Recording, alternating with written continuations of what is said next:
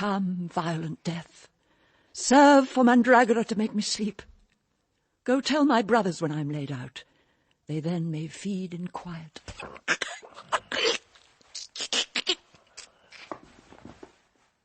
Where's the waiting woman? Fetch her. Oh, you are damned perpetually for this. My turn is next. Is not so ordered? Yes, and I'm glad you are so well prepared for it. You are deceived, sir. I am not prepared for it. I will not die. Come, dispatch her. I will not die. I must not. Delays. Throttle her. If you kill me now, I am damned. I am quick with child. Why, then your credit's saved.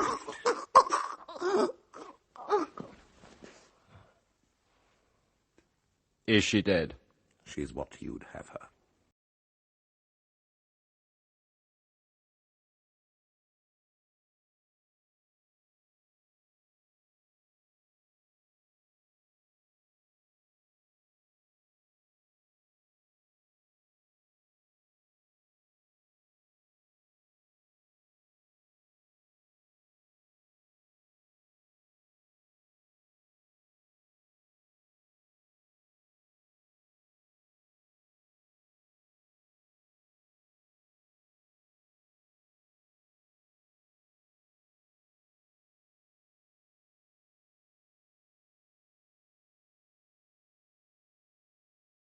It carefully from the ground. Honestly, Miss Gray. I know you did, Bevis. It's the pavement. It must be uneven, that's what it is.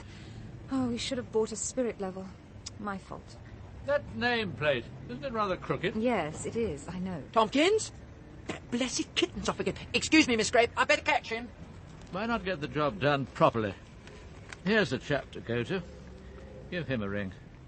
Say I sent you. That's me on the front. Oh, you're very kind. Sir George Ralston, Bart, DSO, MC. Tell me, are you a connoisseur of nameplates or just a public benefactor? Actually, I'm a client. If that is your Cordelia Gray. Are you? Yes, I am.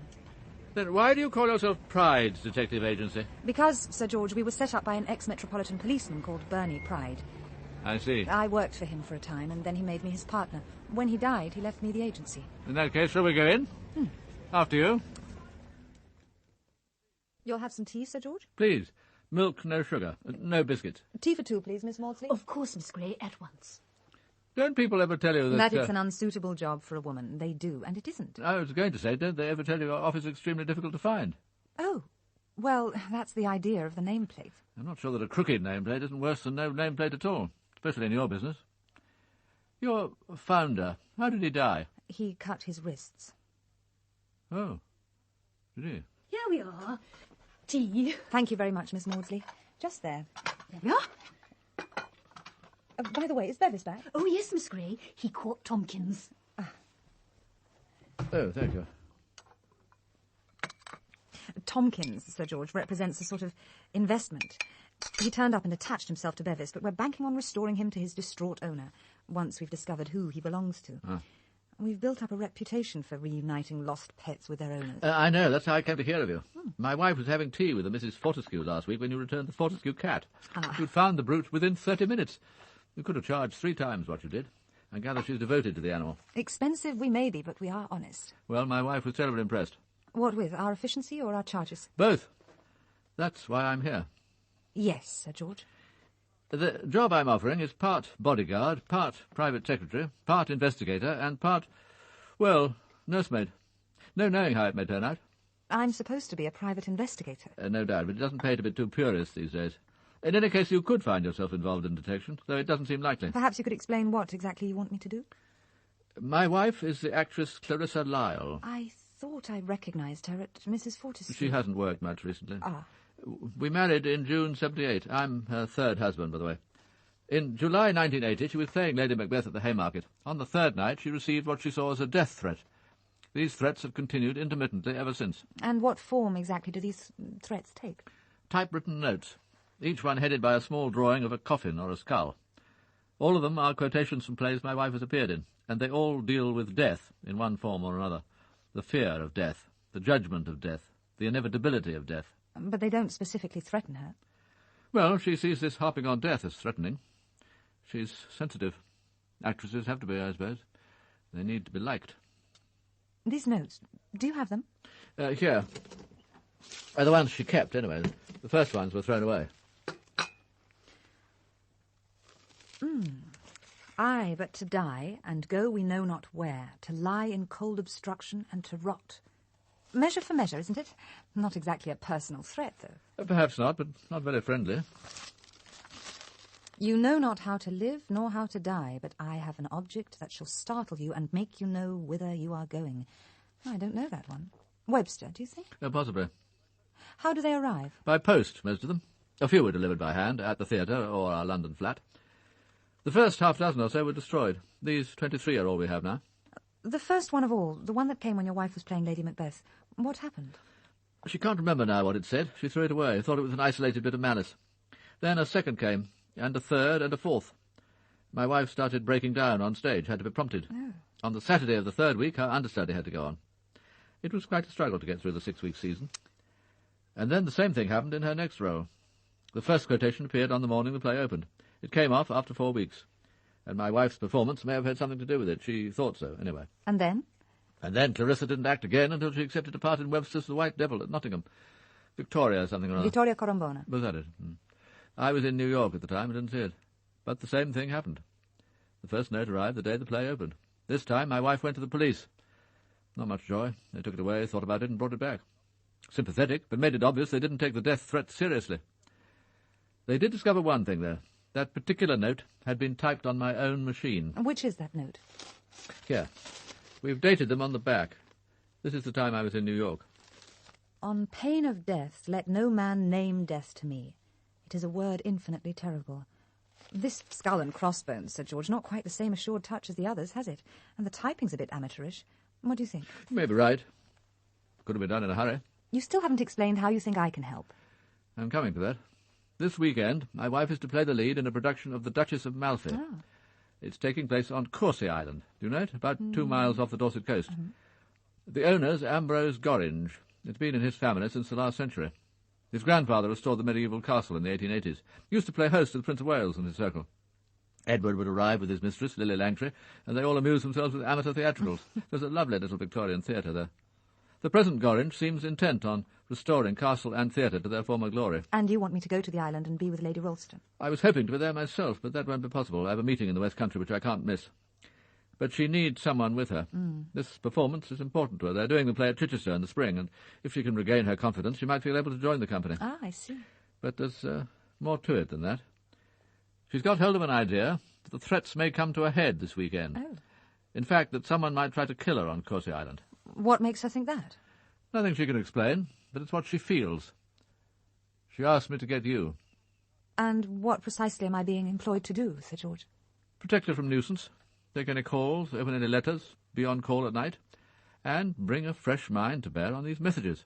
Find out, if you can, who is responsible. You'll take the job? Yes, I'll take it. A little different from finding lost cats.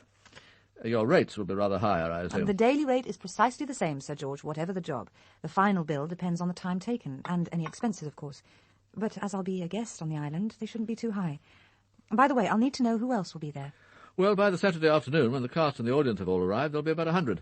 But the house party itself is quite small. My wife, of course with Tolly, Miss Tolgarth, that is, her dresser. Then is your host, Ambrose Gorringe. Tell me about Mr. Gorringe. There's not much to tell.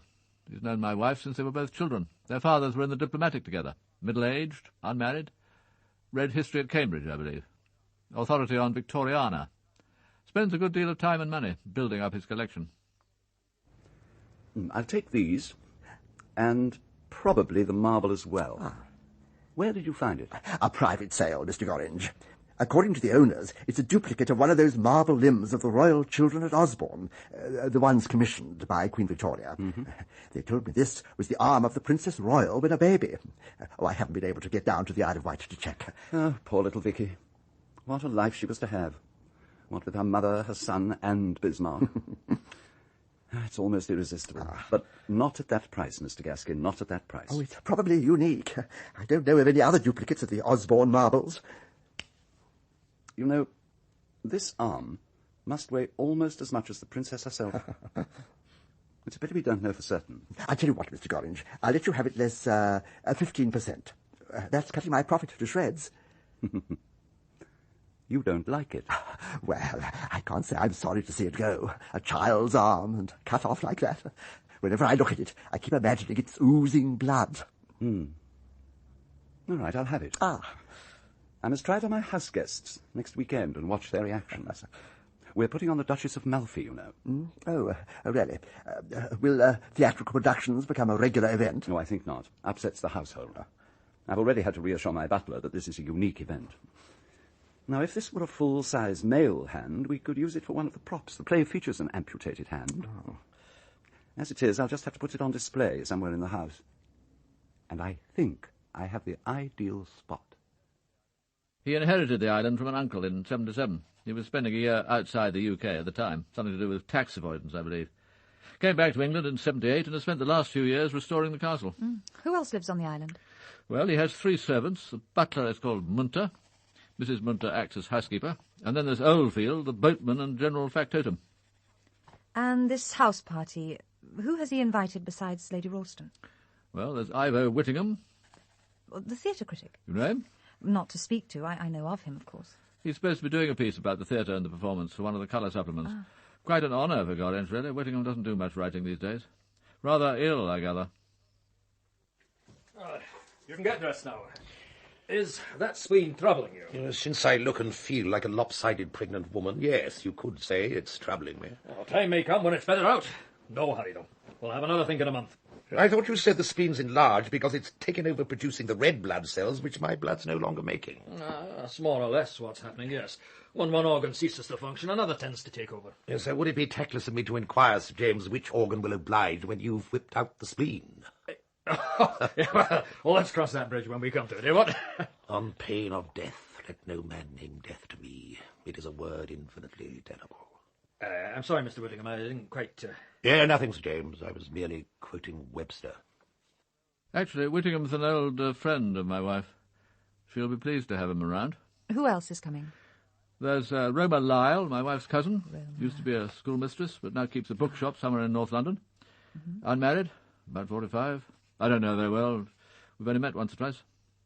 She might bring her partner, but if so, I can't tell you who it is. My God, Roma, this place stinks. It won't once we get it cleaned up. Clean it as much as you like, and it'll still look what it is. A basement slum. Oh, God, look at these books. I mean, 9/10 junk. They should be burnt. Colin? Oh, look at this. It fell out of one of the books. What is it? Some kind of old woodcut. Shouldn't think it's worth anything. We could ask Ambrose Gorringe when we get to the island. He knows about these things. I like the skeleton at the top. And I suppose the arrow and the hourglass must mean something. The great messenger of mortality. It's a good caption. Fair lady, lay your costly robe aside. No longer may you glory in your pride. Take leave of all your carnal vain delight. I've come to summon you away. Tonight. Spooky. It puts me in mind of Clarissa. Clarissa? Why? I don't know.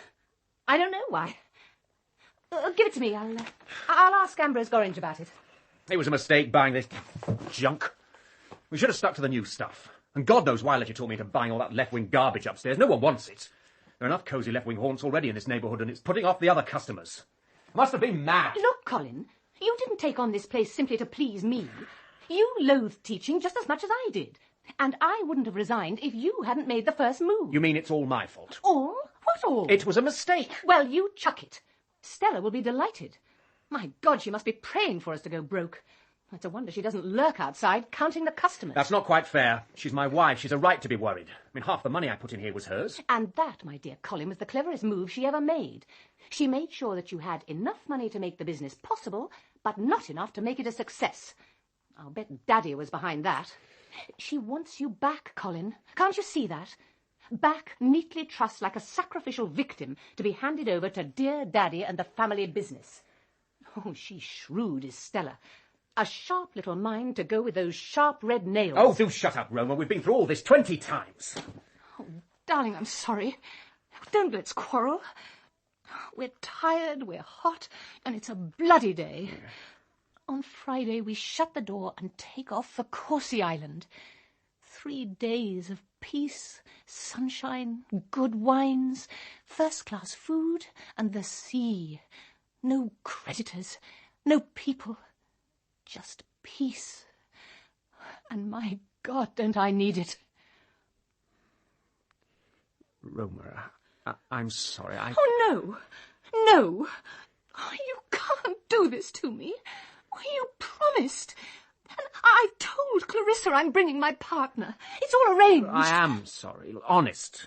But Stella's father phoned this morning to say he's coming for the weekend. Look, I've got to be there. I've told you what he's like. I'll never hear the end of it if I'm away on a long weekend, leaving her to cope with the kids. Daddy. In other words, the twin school fees, the car and the package holiday. Oh, don't knock it. Oh, what's Clarissa going to think? Well, what would she think if I did come? She knows I'm married. Wouldn't it look rather odd, the two of us arriving together? Clarissa isn't exactly a model of purity. And I don't suppose Ambrose Gorringe creeps down his corridor at night checking on where his guests are sleeping. The point is, I was planning to speak to Clarissa this weekend. Tell her about the shop. Ask her if she could help. That's why I wangled the invitation. After all, 1/3 of her money comes to me if she dies without a child. It's all in Uncle's will. It wouldn't harm her to part with some when it's most needed. We'd only be asking for a loan. I couldn't ask a woman for money. You wouldn't have to. I'd do the asking. I hoped she'd meet you, like you. Then I could speak to her. Even 30,000 would make all the difference. How much would you get if she died, then? I'm not sure. About 200,000, I think. It could be more. To be quite honest, I'm not sure why Roma Lyle was invited, unless it was a gesture on Gorringe's part to please my wife. And those are all the guests? As far as I know. Except for Simon, of course. Simon? Oh, sorry, it's Simon Lessing. He's 17, the son of Clarissa's second husband. Tell me about him. Well, his father was drowned in August 1977. After that, he wasn't happy living with his relatives, so Clarissa took him on. We've sort of adopted him. I'm not sure why he's invited either, come to that. Music's his interest. Clarissa probably thought it was time he met more people. He's rather a shy boy. One last question, Sir George. Lady Ralston is apparently so frightened for her life that she's reluctant to be on Courcy Island without protection. Is there anyone of that company she has reason to fear, to suspect? You can put that idea out of your head, Miss Gray. She has no reason to suspect any of the house party of wishing to harm her. No reason in the world. Right. I had to ask. Now, when do you want me to arrive? Your tickets are in this envelope. Oh, thank you. My wife has telephoned Gorringe to tell him she's bringing a secretary companion. You go down to Spaymouth Jetty. The launch from Crossy will be waiting to pick you up. Fine. You'll go over with the other guests. It's quite typical of Ambrose Gorringe just to send Oldfield in the launch and leave his guests to introduce themselves. I'm Roma Lyle, Clarissa's cousin. How do you do? My name's Cordelia Gray, but I'm not a guest. I'm going to the island to work. Good Lord, Ambrose isn't writing another blockbuster, is he? Not as far as I know. I'm employed by Lady Ralston. By Clarissa? Doing what, for heaven's sake? Oh, dealing with her correspondence, making phone calls, generally easing things along while she concentrates on the play. She's got Tolly to ease things along. Well, what does she think of it? Tolly, I mean. I haven't the least idea. I haven't met her yet. Well, I can't see her liking it. You'd best meet Clarissa's stepson, Simon Lessing. He's probably nearer your age than anyone else on this benighted weekend. Simon, over here. Come and say hello to Cordelia Gray. She's Clarissa's secretary. Clarissa said you'd be coming when she wrote. How do you do? I had to get special leave. From school? Yes, Melhurst. My housemaster wasn't too pleased. I don't really know why I've been invited. Does there have to be a reason? A few days break, a little swimming? With Clarissa, there's usually a reason. Of course, she told me to bring some music. You're a pianist? I play the piano. He's very good. Clarissa likes showing him off, doesn't she, Simon? Does she? Oh, I just hope I don't make a fool of myself. You're discussing the perennially fascinating topic, Clarissa. Hello, Ivo. I was just saying she rather enjoys presenting Simon to her friends. Have you ever been to Courcy Island before, Simon? No. No, then she's out to impress Ambrose Gorringe. Don't let her down. Do I know you? No, I'm Cordelia Gray. Are you taking part in the play? I'm here to work. I'm Miss Lyle's secretary, her temporary secretary. Now that makes sense. Clarissa's relationships tend to be temporary. Do you know anything about the performance? Who's taking part? Oh, didn't Clarissa explain? They're the Cottringham Players, said to be the oldest amateur company in England. They're based in Spaymouth, very convenient. They'll all be coming over by launch tomorrow. Look, we turn the headland in a second. You'll see the castle. Oh, my goodness. That's beautiful. It's just as though the castle was rising from the waves. Impressive, isn't it? All that rose-red brickwork soaring to the sky. Oh, but it's so light and graceful. Not what I associate with Victorian architecture at all. You're interested in Victorian architecture? Well, interested, but not at all knowledgeable. I shouldn't tell Ambrose that. He'll devote the whole weekend to your education. Is that him, waiting for us at the jetty? That's him on the left. And there's Clarissa. Darling! Darling Ivor! Hello, Clarissa! I'm afraid I'll have to ask for your help, Miss Gray, in getting ashore. I seem to be as weak as a kitten these Of course, days. Mr. Winton. Hello there. Welcome to Courcy Island. Hello, Ambrose! I'll get ashore first and give you my hand. Thanks. All right? Thank you. Oh, Clarissa, my darling. Enchanting as ever. My poor Ivor, what's life doing to you? Taking its toll, darling, but you seem to have negotiated rather special terms. How do you do it? Flatterer. Roma, my dear. It's been ages. Too long, Clarissa. Weren't you bringing someone with you, your partner? Something unavoidable cropped up, I'm afraid. I'll save him for another time. Do, darling. Come on, Simon. Don't lurk back there. Come and be introduced to Mr. Gorringe. Ambrose, darling, this is Simon. Welcome to Courcy. I've heard a great deal about you. Hello. I'm looking forward to hearing you play. Come on, Simon. I'll show you your room. And you must be Miss Gray. Welcome to Courcy Island. How do you do? Mrs. Munter will look after you. We've put you in a room next door to Lady Ralston. Mrs. Munter, this is Miss Gray. Hello, I'm Lady Ralston's new secretary. If there's any post for her, it must come to me first, and I'll take any telephone calls for her. Well, Opal's just brought a package of post across in the launch, miss. Would you like to look through it? Oh, if you don't mind, thank you. Just these two. I'll take them. Of course, miss. If you'll come with me, miss, I'll show you to your room. Oh, what a magnificent hall. The staircase, the gallery. Oh, that tapestry. A genuine William Morris, miss. You must feel quite privileged living here. It takes some getting used to. The cleaning's no joke. Oh, but to live surrounded by all these beautiful things. Oh, the stained glass is quite breathtaking. The eastern window was commissioned by the original Mr. Herbert Gorringe in the 1860s. It portrays the travels of Ulysses. So I see. Do you often show visitors around, Mrs. Munter? I do act as a guide from time to time. Please follow me.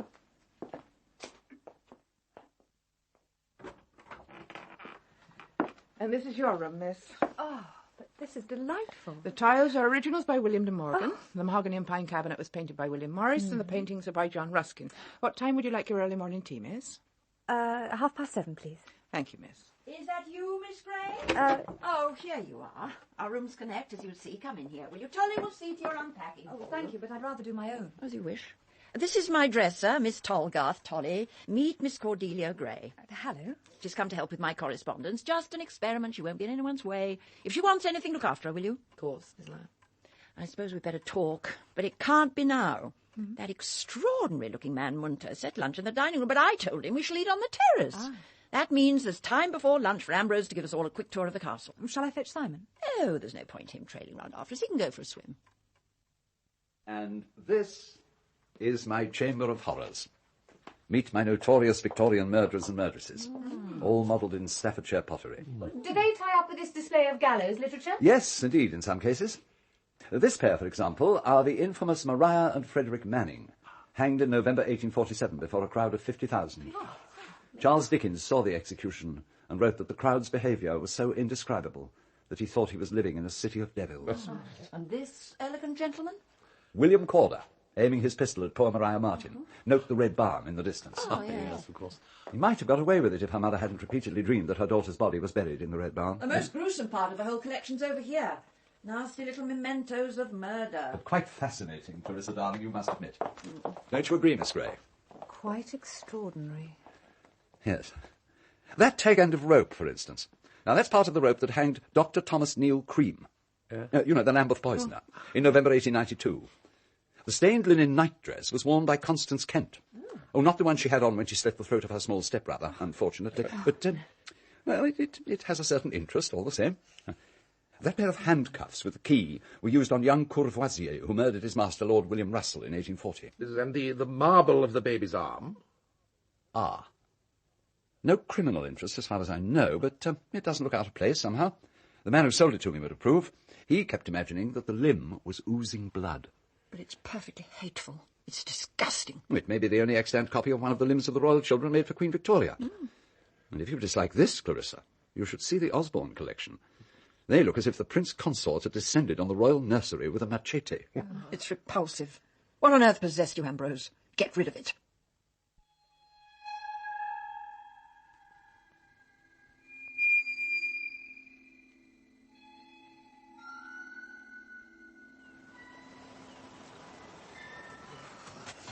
Hello. I didn't expect to see you, Tully. What on earth are you doing here? Is anything the matter? Here's your towel. Oh, thanks. It's not all that warm. Why did you come down? Why don't you leave? Leave? Why don't you leave this place? Leave her. Leave Clarissa? Well, why should I? What do you mean? Well, she doesn't want you. Haven't you noticed that? You aren't happy. Why go on pretending? But I am happy. Where could I go? My aunt wouldn't want me back. I haven't any money. There's a spare room in my flat. It's only small. It used to be my daughter's before she died. You could have that for a start.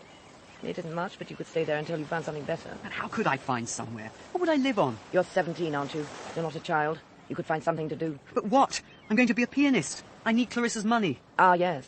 You need Clarissa's money. In any case, I'm perfectly happy as I am. Suppose she gets tired of you, like she did of your father. What do you mean? She loved my father. They loved each other. He explained to me before he left my mother. Clarissa was the most marvellous thing that had ever happened to him. He had no choice. There's always a choice. But they adored each other.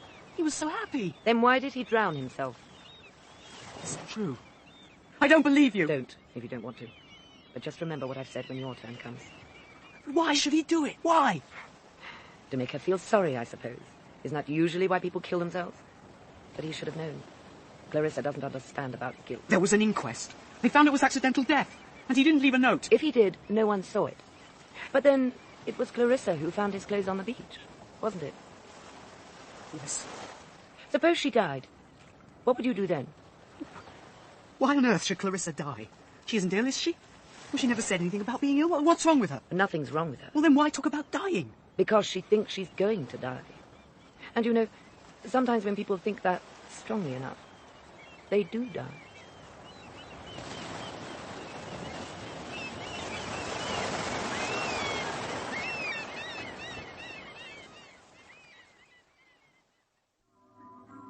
Bring me the casket hither and the glass. You get no lodging here tonight, my lord. Indeed, I must persuade one. Very good. I hope in time 'twill grow into a custom that noblemen shall come with cap and knee to purchase a night's lodging of their wives. I must lie here. Must. You are a lord of misrule. Indeed, my rule is only in the night. To what use will you put me? We'll sleep together. Alas, what pleasure can two lovers find in sleep? My lord, I lie with her often, and I know she'll much disquiet you. See, you are complained of. For she's the sprawling... The sprawling is... Oh, I'm sorry. I am sorry, Mr. Deville. For heaven's sake, Cariola, you've only got 3 lines to remember. Oh. Do cut out the coyness. You're not playing No, Nanette. I'm frightfully sorry, Mr. Deville. All right. Take it from the top. Oh, must we? Every time we go back, I lose the impetus. From the beginning. This bloody box is driving me mad. If we have to have background music in this scene, and God alone knows why, then surely Ambrose can find something more suitable than those damn Scottish tunes. It was your idea, darling, as I remember. Brilliant touch, too, since we're in Victorian costume. It was a musical box I wanted, not a medley of Scottish airs. And do we have to have a bloody audience? Cordelia, can't you find something useful to do? God knows we're paying you enough. Do you propose to sit on your arse all afternoon? Miss Gray and I will take a walk. The performance hasn't been exactly riveting so far, and the air outside will be fresher. Come along, Miss Gray. Thank you, Mr. Whittingham. No, don't mention it. This may be a stupid question. Gray isn't an uncommon name, but you're not by any chance related to Redvers Gray. He was my father. I thought there was something. It's the eyes. You know, he had a great influence on my generation at Cambridge. Yeah. He had the gift of making rhetoric sound sincere. And now that the rhetoric and the dream are out of fashion, I suppose he's forgotten. But I should like to have known him. So should I. Ah, like that, was it? The old story. Revolutionary idealist dedicated to mankind in the abstract, but not much good at caring for his own kid. Not that I can criticise. I haven't done too well with mine. I think I should have liked him if we'd had time. I did spend 6 months with him and the comrades in Germany and Italy. And then he died. You make death sound like a betrayal. What about your mother? She died when I was born. Another betrayal. So, who looked after you? Foster parents most of the time. Then when I was 11, I won a scholarship to a convent. That was a mistake. A school, not the scholarship. They mixed me up with another C. Grey, who was a Roman Catholic. I don't think Father liked it, but by the time he bothered to reply to the education officer's letter, I was settled and they didn't like moving me. I wanted to stay anyway. Red was Grey with a convent-educated daughter. And did they succeed in converting you? That would have taught Papa to answer his letters. No, they didn't convert me. But then they didn't try it. Oh, look out, Mr. Whittingham. Oh, you're tired. Here, let's sit down for a while. Over there. No, I liked it in the convent. I suppose it was the first time I felt secure. Life wasn't messy anymore. Yes, it must have been reassuring. Even one's sins neatly classified. These venial, those mortal. Mortal sin. It has a note of splendid finality, hasn't it? It almost dignifies wrongdoing. I suppose a mortal sin has to be something really special. It's a grievous offence against the laws of God which puts the soul at risk of eternal damnation. In other words, something really evil. If, that is, you believe in the existence of evil. Oh, yes. I believe in the existence of evil. In that case, there's something you should know. Clarissa once did something you might dignify as evil. And I've a feeling that for Clarissa it could prove mortal. Are you sure you want to tell me this? Quite sure. I think it may help you in what you're here to do, whatever that may be. Very well. It happened during the run of Macbeth in July 1980. Tolly, Miss Tolgarth, had an illegitimate daughter 4 years earlier. Well, there was no particular secret about it. Most of us knew about Vicky. A really sweet child. Tolly brought her to the theatre occasionally, but usually the girl was at home with a childminder. That's how it was when the tragedy happened. The tragedy? It was 2 days before the opening. Clarissa was at the theatre and the minder was in charge of Vicky. The child had slipped out into the street and was playing in the gutter behind a parked lorry. The driver didn't see her and reversed. Oh. She was horribly injured. They rushed her to hospital and operated, and she stood there very well. We all thought she'd make it. But during the opening night of Macbeth, the hospital telephoned to say there'd been a relapse and to ask Tolly to go at once. Tolly always answered the phone in the dressing room, but by pure chance, Clarissa took the call. She'd just come off for her Act 3 costume change. The banquet scene, you know. She put down the receiver and told Tolly that the hospital wanted her to visit, but that there was no hurry. After the performance would be all right. Tolly wanted to ring back, but Clarissa wouldn't let her. Shortly after the curtain came down, the hospital rang to say the child was dead. My God. Well, how do you know all this? I was there, in Clarissa's dressing room, when the first call came. You could say I had a rather privileged relationship at the time. When the play ended, I went backstage to take Clarissa out to supper. Tolly was still there then. It was a few minutes after we left that the hospital rang. Oh. We were all appalled when we heard the news. I took the trouble to get in touch with the hospital and ask about that first message. And when you learned what had happened, was that when you stopped being a privileged person? I should like to say it was.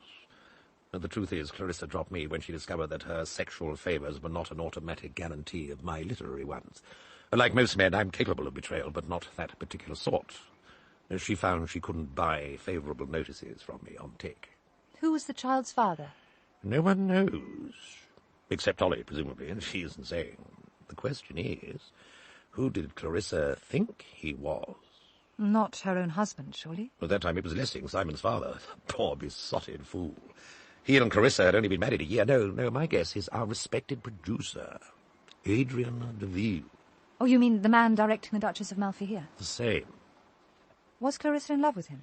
I don't know what Clarissa means by that word. She may have wanted him. He was around at the time. Why is he here? He's famous. He doesn't have to bother with an amateur production. Why are any of us here? It's possible he sees Courcy Island as a future dramatic line-born. Ambrose could make something of his Courcy Festival if he's prepared to spend money. Not commercially, of course, but he could have some fun with it once he's got rid of Clarissa. And does he want to get rid of Clarissa? Oh, yes. Hadn't you noticed? She's trying to take him over, him, his theatre, and his island. He likes his private kingdom. Clarissa is a particularly persistent invader. I don't see how Clarissa can live with the memory of that child's death. I'm not sure she can. When a person is terrified of dying, it could be because with one part of their minds they feel they deserve it. How do you know she's terrified? Because there are some emotions which even an actress as experienced as Clarissa can't hide. Look, there are explanations. It was the first night. She was totally immersed in the part. She was Lady Macbeth at Dunsinane Castle. She was all keyed up for the banquet scene. I doubt whether she'd have left the theatre at that moment to go to her own dying child. It didn't occur to her that someone else might want to. I don't see how Miss Tolgurth can go on working for her, but I couldn't. But you will. I confess, I'm intrigued about your precise function here, but presumably you won't throw in your hand. That's different. I'm just a temporary employee, but Tolly believed her when she said the child wasn't in immediate danger. She was robbed of sharing her daughter's last moments on Earth. And how can she stay with Clarissa? They've been together almost all their lives. Tolly's mother was Clarissa's nurse. The instinct for worship is remarkably persistent.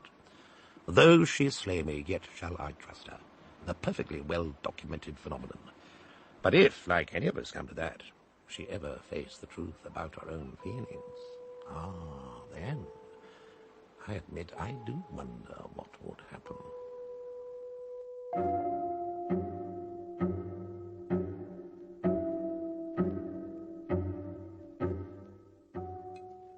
But it's so odd of him, Roma, darling. Surely we didn't frighten him away. I thought you wanted to show him off. Why else did you angle for an invitation? Who are you ashamed of, him or us? We suddenly heard that an important American client would be calling at the shop this Saturday. Colin had to be there. Oh, how conscientious of him. But I'm relieved to hear you have clients of any sort, let alone important American ones. Congratulations. Enjoying yourself so far? It's all right. Nothing terrible's happened, I suppose. Done any swimming? A little. I haven't got round to it yet. What's the water like? Quite cold, really. Oh. No, I take no interest in contemporary politics at all. How wise. But you can't opt out of all responsibility for what's happening in your own country. Oh, but I can. I didn't collude in the depreciation of its currency, the spoliation of its countryside, the desecration of its towns, the destruction of its grammar schools, the mutilation of the liturgy of its church.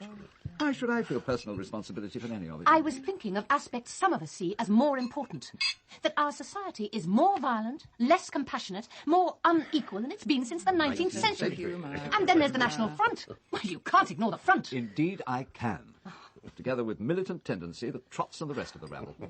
Oh, you'll be surprised at my capacity for ignoring the ignorable. But you can't just decide to live in another age. Why not? And I very nearly succeed. I'm grateful you don't reject modern amenities entirely. I mean, if I should enter into the final process of dying during the next few days and need a little medical help to ease the way, I take it you won't object to using the telephone. If any of you decides to die in the next few days, all necessary measures will be taken to ease you on your way. And what happens to this Eden of yours when Adam, solaced with no Eve, finally returns to the dust? It would be almost worth marrying and breeding to have a son to follow me here. But sons, even if the process of getting them, deceptively simple physiologically, wasn't so fraught with practical and emotional complications, sons are notoriously unreliable. A son might convert the castle to a casino and lay down a 9-hole golf course. Talking of children, what's the news of your two, Ivo? Is Matthew still living in that Kennington squat? As we don't communicate, I'm not in a position to say. Angela, on the other hand, writes a filial letter at boring length every month. My ex-wife, in case you meant to inquire, is with him in Johannesburg, which she calls Joburg. Darling, I wasn't asking for the family history. Weren't you? I rather thought you were.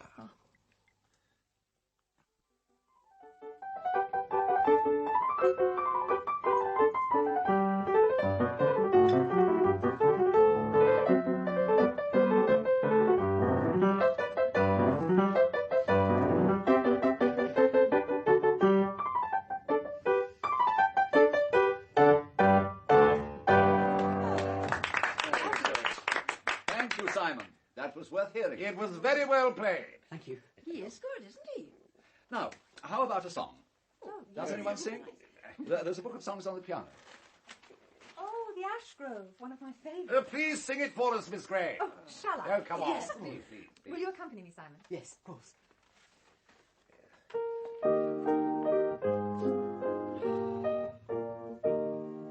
The Ash Grove, how graceful, how plainly 'tis speaking, the harp through its playing has language for me.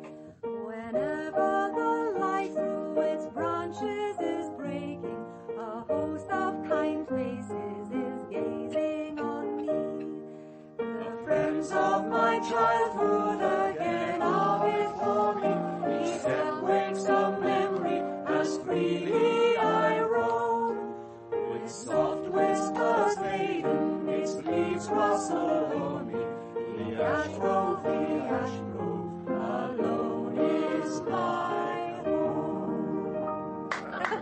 Oh, that was quite lovely. I should have had more than enough of amateurs before the weekend's out. I'm going to bed. Simon, it's time you called it a day. I'll see you to your room. Cordelia, ring for Tolly, will you, and tell her I'm ready for her. Then come up in 15 minutes. I want to discuss arrangements for tomorrow. Ivo, you're drunk. Black marks all round. We should have realised that we're here to applaud Clarissa's talent, not to demonstrate our own. If you plan a career as secretary companion, Cordelia, you'll have to learn more tact. Are you drunk, Ivo? I shall be sober enough for what I have to do tomorrow. Oh, here you are. I've sent Tolly away so that we can talk. Don't just stand there. Get yourself a chair. Oh, yes, of course. You seem to have enjoyed yourself this evening. Perhaps I should remind you that you were hired as a detective, not an after-dinner entertainer. Well, perhaps if you were honest with them and told them why I'm here, they'd be less likely to treat me as a fellow guest. What good would that do? If you don't mix with them, how can you watch them? Besides, the men like you. I've seen Ivo and Simon looking at you. Don't pretend you don't know it. I hate that kind of sexual coyness. I wasn't trying to pretend anything. Pass me that deep cleanser, would you? Tell me, what do you think of Simon's playing? I'm not really qualified to judge. Obviously, he has talent. Oh, talent? That's common enough. One doesn't invest £9,000 or more in mere talent. Can he succeed? That's the question. I'll ask Ambrose after the play. I can't worry about anything till then. I think we should discuss the messages and our plans for the weekend, especially tomorrow. We ought to have spoken earlier. Well, there really hasn't been time. Anyway, you know what you're here for. If there are any more messages, I don't want to know about them. It's vital I get through tomorrow's performance. If I can only get my confidence back, I can face almost anything. Even the knowledge of who's doing this to you? Even that. How many of the people here know about the messages? Well, Tolly. I haven't any secrets from her. I expect Ivor knows. Nothing happens in the West End he doesn't get to hear about. And Ambrose. He was in my dressing room once when a note was pushed under the door. Simon doesn't, unless Tolly's told him, and I can't think why she should. How about your cousin? Roma? Oh, she doesn't know, and if she did, she wouldn't care. Tell me about her. There's not much to tell. And what there is boring. That towel, please, darling. Oh. We are first cousins. My father's younger brother ran off with a barmaid, made a mess of his life, and then he expected Daddy to help him out. And he did. Well, at least as far as Roma was concerned. She was always staying with us, especially after her own father died. Poor little orphan Annie, perpetually miserable and such a bore. She wasn't a bit grateful. Should she have been? Well, I think so. Daddy didn't have to take her in. She could hardly expect him to treat her the same as me, his own child. Ah, yes, children. You know, you should have told me about Tolly's daughter. If I'm to help, I need to know anything that might be relevant. But that isn't relevant. It was all a mistake. Tolly knows that. Everyone knows it. I suppose I ever told you. Typical. Can't you see he's sick? He's dying. And he's eaten up with jealousy. He always has been. Jealousy and malice. He could have been a second Tynan, and look at him now, dying on his feet. He had no right to come here looking as he does. It's like having a death's head at the table. It's indecent. So, Miss Tolgarth couldn't have had anything to do with the notes? Of course not. What an idea. She's devoted to me. If you can't see that, you're not much of a detective. Besides, she can't type. The messages are typed, in case you haven't noticed. All of them? They've always been typed? Even the ones that came when you were playing Lady Macbeth? Yes, I suppose so. It was a long time ago. It wasn't my fault. I didn't kill the child. Anyway, the hospital had no right to phone like that. They knew it was a theatre, that we were in the middle of a performance. Besides, she couldn't have done anything even if I'd let her go. The child was unconscious. She wouldn't have known her. It's sentimental and morbid, this sitting by the bedside waiting for people to die. What good does it do? And I had 3 costume changes in the 3rd act. What are you looking like that for? I'm not paying you to judge me. I'm not judging you. I wanted to help. But you have to be honest with me. What is it you're really afraid of? Don't you know? Death. That's what I'm afraid of. It isn't the fact of death. It's my death. There was never a time when I didn't see the skull beneath the skin. I knew the facts of death before I knew the facts of life. I mean, no one can say, don't worry, it may never happen. It will happen. To me. I can't describe the fear. How terrible it is. Wave after wave of panic sweeping over me. Sometimes I hold up my hand like this and think, here it is, part of me, warm, living. And one day it'll hang, white and cold and unfeeling and useless. And then it'll rot, and I shall rot. Now I've told you, and you can despise me. I don't despise you. Aren't you afraid of death? It doesn't seem reasonable to be afraid of something that's inevitable and universal. Words, just words. All they mean is that you're young and healthy and don't have to think about dying. To lie in cold obstruction and to rot. That was in one of the messages. I know. And there's another to add to the collection. I've been keeping it for you. It came by post to the London flat yesterday morning. You'll find it in the bottom of my jewel case. Over there. No, by the bedside table. On the left. Oh, I have it. It's a beautiful casket. Ambrose gave it to me this morning. A good luck present for the performance tomorrow. I took a fancy to it when I saw it 6 months ago, but it took time before he got the message. The letter's in a secret drawer. Not so very secret, actually. You better bring it over here. Oh, it's surprisingly heavy, isn't it? Here. You press this. Oh, that's neat. You see this notice? This is probably the most important notice I ever had. I was playing Hester in Rattigan's The Deep Blue Sea at the Spaymouth Playhouse just across the water. That was in 1977, Jubilee year. I wasn't staying here on the island because Ambrose was abroad for a year, something to do with tax. You had to be out of the country for 12 months or something. The theatre's closed now, alas. But they seem to like me. See, Clarissa Lyle triumphs in Rattigan Revival. Well, only a small provincial paper, of course, but still. What a nice headline. And is that the letter? Ah, yes. Here you are. A coffin this time. Who must dispatch me? I account this world a tedious theatre, for I must play a part in't against my will. Is that from the Duchess of Malfi? That's right. Not very appropriate. He must be reaching the end of suitable quotations. Perhaps he knows he won't need many more. There's only tomorrow. Perhaps he knows that tomorrow will be the end.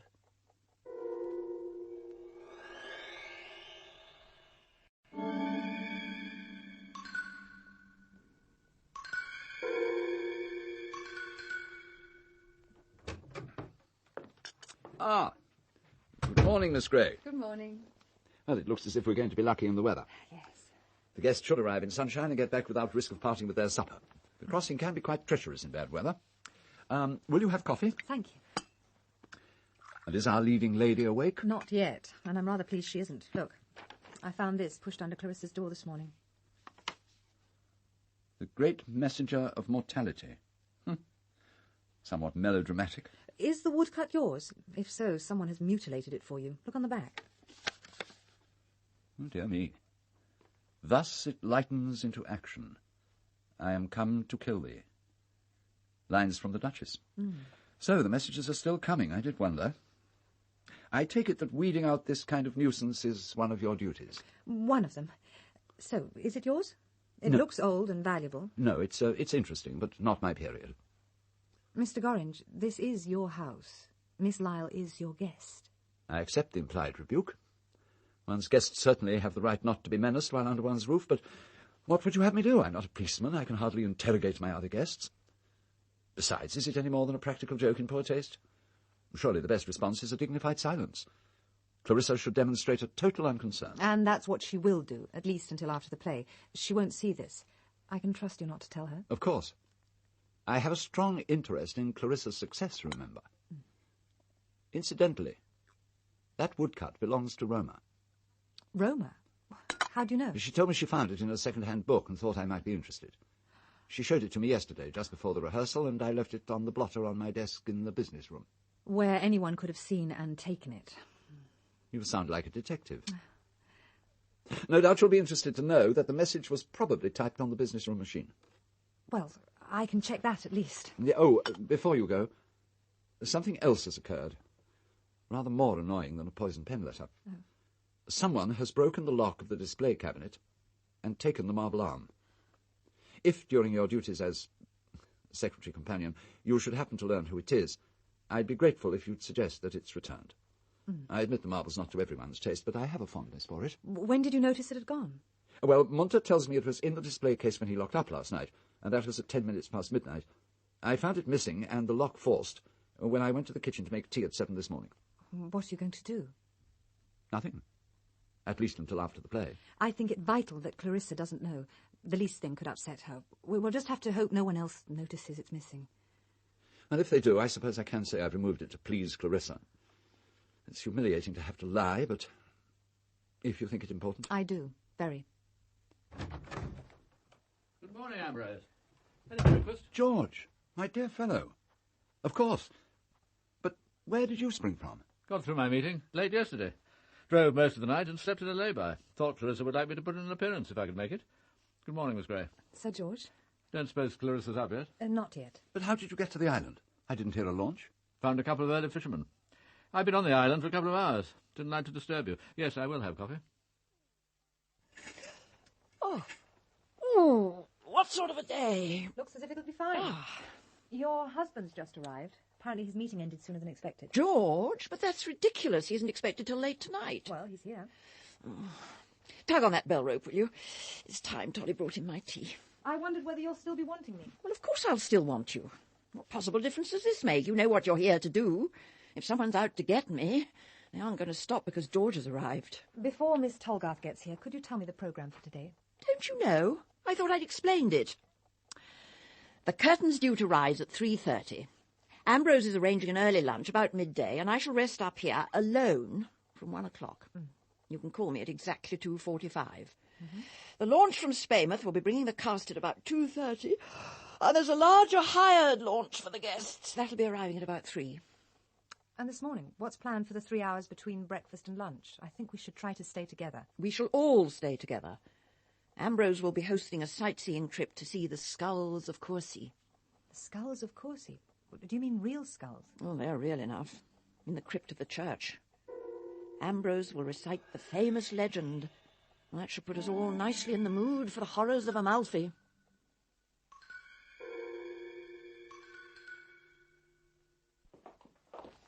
Looks more like a Turkish bath than a church. I'm sorry it got in, but I can't admire it. Who did you say the architect was? George Frederick Bodley. And I'm sorry you don't like it. The paintings on the rear doors are by Lord Leighton, and the glass is by William Morris's firm. They specialised in these lighter hues. The east window is considered rather fine. I don't see how anyone could actually pray in this place. Oh, is that the War Memorial? Well, the wreaths appear to have been in place some little time by the look of them. Well, there'll be fresh ones on November the 11th. Munter makes them from our own laurels and hangs one up each year. Yeah, well, his father was killed in the war. In the Navy, I think. Anyway, he was drowned. He told me that much. And do you assist at this charade? No, he hasn't asked me. It's a purely private ceremony. I'm not sure I'm even supposed to know that it happens. Well, it throws a new light on Munter, though. Who would suspect him of that streak of romanticism? It's all a bit pointless, isn't it? No one seems to know any longer what Remembrance Day is supposed to be for. It's for remembering the good chaps who gave their lives fighting for us. Once a year for 2 minutes, you wouldn't think that was too much to ask. Indeed. At our last parade, the Padre delivered a sermon about the Third World, for heaven's sake. I suppose he thought world peace was relevant. Armistice Day isn't to do with peace, it's to do with war and remembering one's dead. A nation that can't remember its dead will soon cease to be worth dying for. Very But you true. can't... And what's so peaceful about the Third World, anyway? Now, ladies and gentlemen, if you will follow me, I'll lead the way down to the crypt, where we keep our skulls. This way. Of course, I've seen all this before. It still sends shivers down my spine.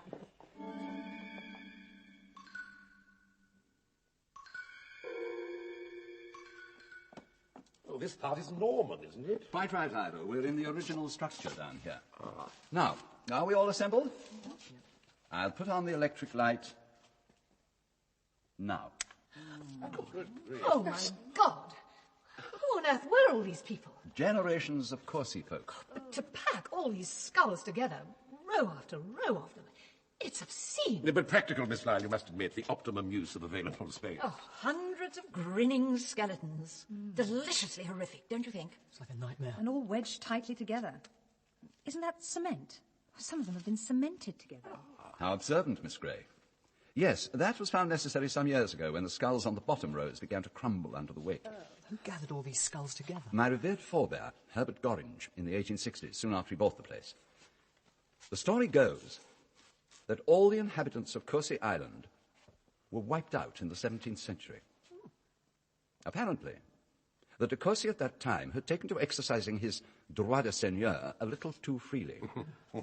Local maidens from the mainland abducted, raped, and their tortured, mutilated bodies brought in on the tide days or weeks later. No one dared to do anything. Then came the bubonic plague. It raged particularly fiercely on this coast, but the island was safe. Till one day, the father of one of de Courcy's victims, knowing he was infected, launched his boat and set sail for the island.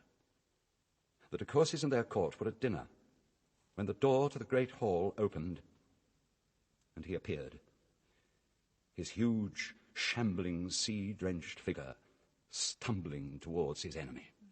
There was a moment of astonished silence, and in that moment he reached the Lord, flung his great arms around him, and kissed him full on the mouth.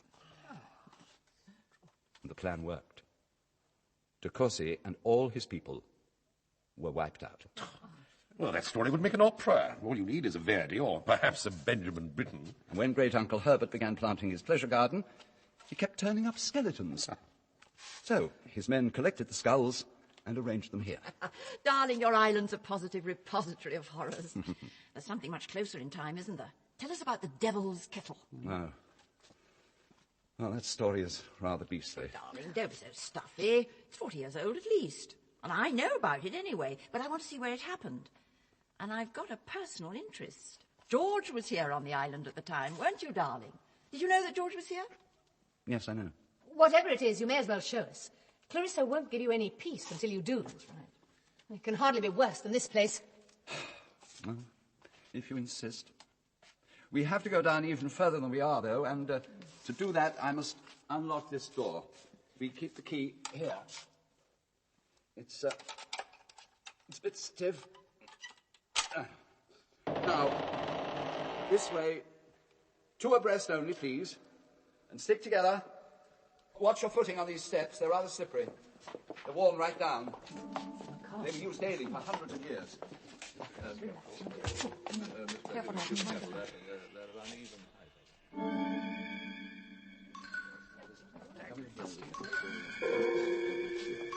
No, it's all right. Don't panic, anybody. No, I'd forgotten that the lights are on a time switch. I'll find the button in a second. There. I wish you'd warned us before playing silly tricks. No trick, I assure you, and it won't happen again. We must be 40 feet below ground. How is it ventilated? By shafts. One of them comes up into the concrete bunker they built in the war to guard the southern approach to the island. There are several others. Right, now, everybody, gather round. This trapdoor leads down directly to the Devil's Kettle. Now, just draw back the bolts and open it, and you'll be able to see.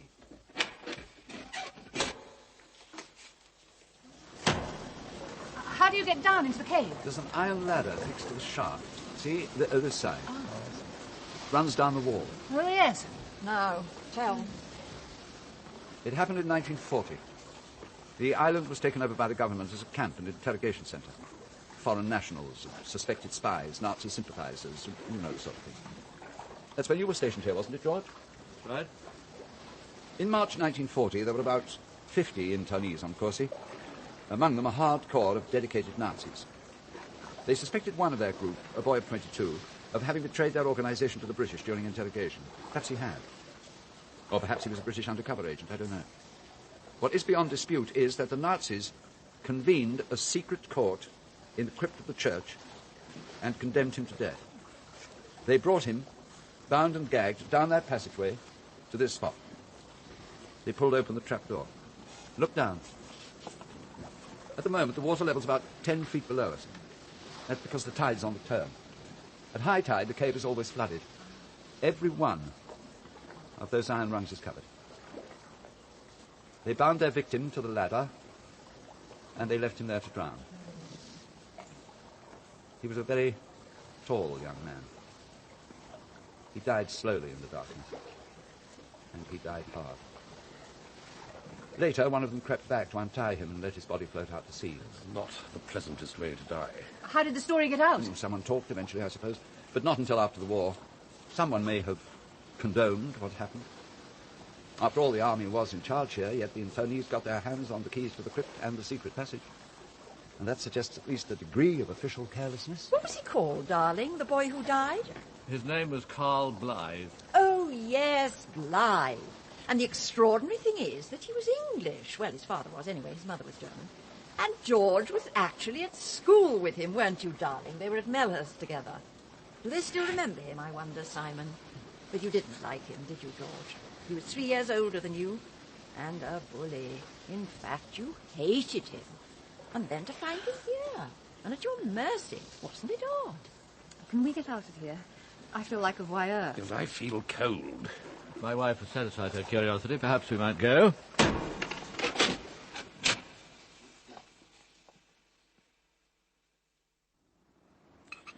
Poor Ralston. An instructive episode, don't you think? Oh, I thought it was horrible.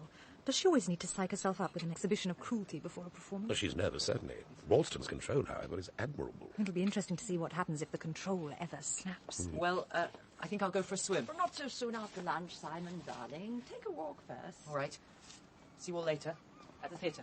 Bye-bye. Time to rest. Coffee? Thank you. No, Ambrose, not before a performance. I thought you knew that. Will you ask Tolly to bring up the tea tray at once? China tea, she knows the sort I have. George, will you come up in 5 minutes? I'll see you later, Cordelia. All Better right. make it 1:10. Oh, Clarissa, just a moment. I've something to ask you. Come in, Cordelia.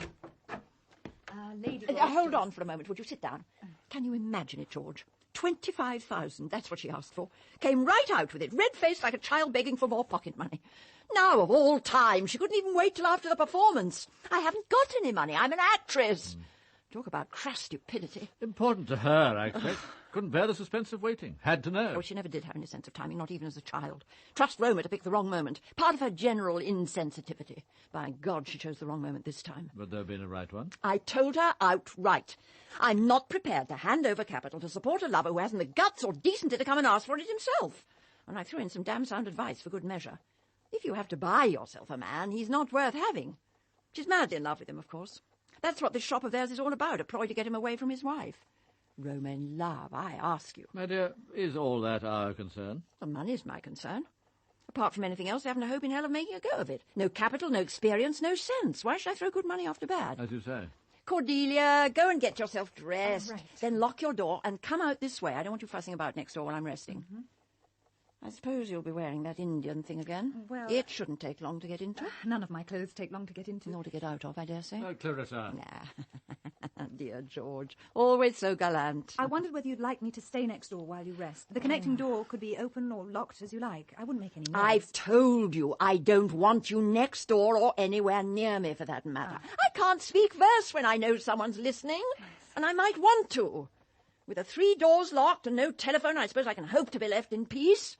Now do go and change, collect anything you want from your room. Very well. I won't be a moment. And don't rely on being able to watch out front. I may want you backstage. All right. Well, I'll be off now. I won't come back before the performance. I'll see you backstage after. Goodbye, George. Cordelia, I'm setting the alarm for 2:45. You can come back about then, and I'll let you know if there's anything I want you to do during the performance. Fine. Well, I'm ready. I've locked my door and left the key in. I want to check that.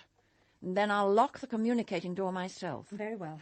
But if you want me, I'll be within calling distance. I can always get a chair from my room and sit at the end of the corridor with a book. Can't you understand English? What are you trying to do? Spy on me? No, I told you I don't want you next door. And I don't want you pussyfooting up and down the corridor. Yes, I don't want you or anyone near me. What I want now is to be left in peace. Well, then will you at least roll up one of your towels and wedge it against the door? I don't want anyone delivering notes to you by hand. What do you mean? Nothing has happened since I arrived? Nothing. And I just want to make sure it stays that way. All right. It's not a bad idea. I'll block the bottom of the door. Right. I'm going. Please lock the door behind me. I'll wait outside till I'm sure. Goodbye, Cordelia. Yes, well, goodbye. Oh.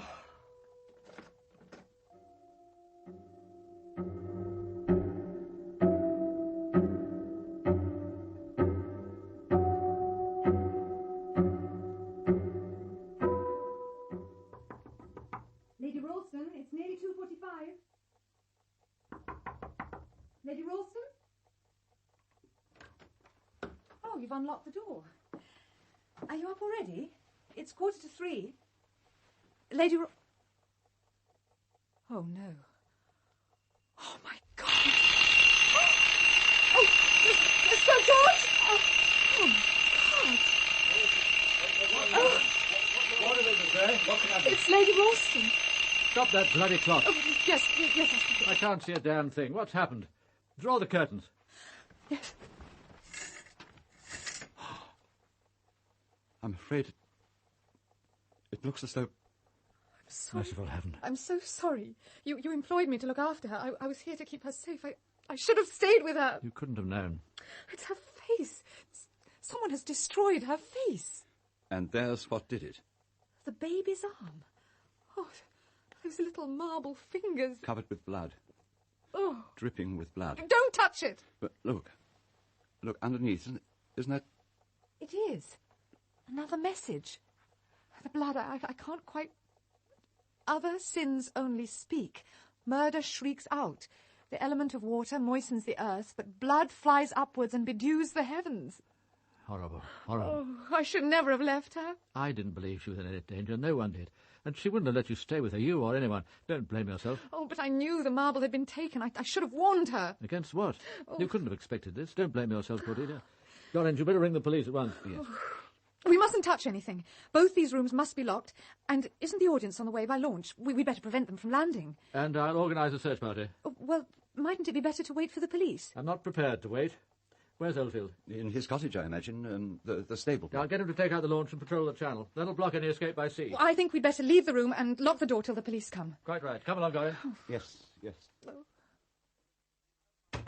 I'll find Oldfield. You ring the police. Yes.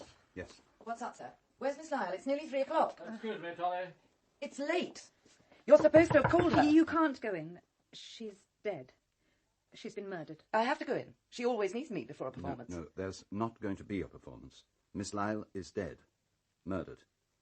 I'm just about to ring the police. Until they arrive, no one can go into that room. The boy? Does the boy know? Simon? No, not yet. No one knows except Sir George. We've only just discovered the body. You'll break it gently, sir. It'll be a shock to him. It's a shock for us all. Not, I think, sir, for one of us. If you'll excuse me. I've never understood that woman. I doubt whether Clarissa did. Why this sudden concern for Simon? She's never shown any particular interest in the boy. Oh, well. I'd better get on with telephoning the police. But who should I ring? The Chief Constable, the CID? Oh, I should ring the Spaymouth police and leave it to them. I'll do it from my office. Spaymouth Police. I'm speaking from Courcy Island, from the castle. It's Ambrose Gorringe. I'm afraid there's been a terrible accident over here. No, that's not right. A murder. Yes, I'm quite sure. Lady Ralston. Miss Clarissa Lyle, the actress. Well, we had a performance planned for the theatre this afternoon. Miss Lyle was taking the lead, and she was staying here with friends. We found her a few minutes ago in her bedroom. No, it's clearly murder. I won't go into details if you don't mind, but it's very messy. Oh, and I noticed that her jewel box is missing. Right. Yes, we've locked the room. Very well, thank you. Yes. Goodbye. What did they say? Much as expected. Lock the room, don't touch anything, keep people together, don't let anyone land. And they're sending over a senior police officer. Chief Inspector Grogan.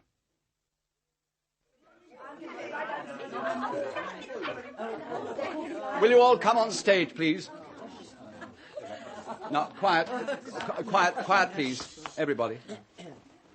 I'm afraid I have some very shocking news for you. I don't know quite how to put it, except to say that Clarissa Lyle is dead. Oh. No, and there's worse, I'm afraid.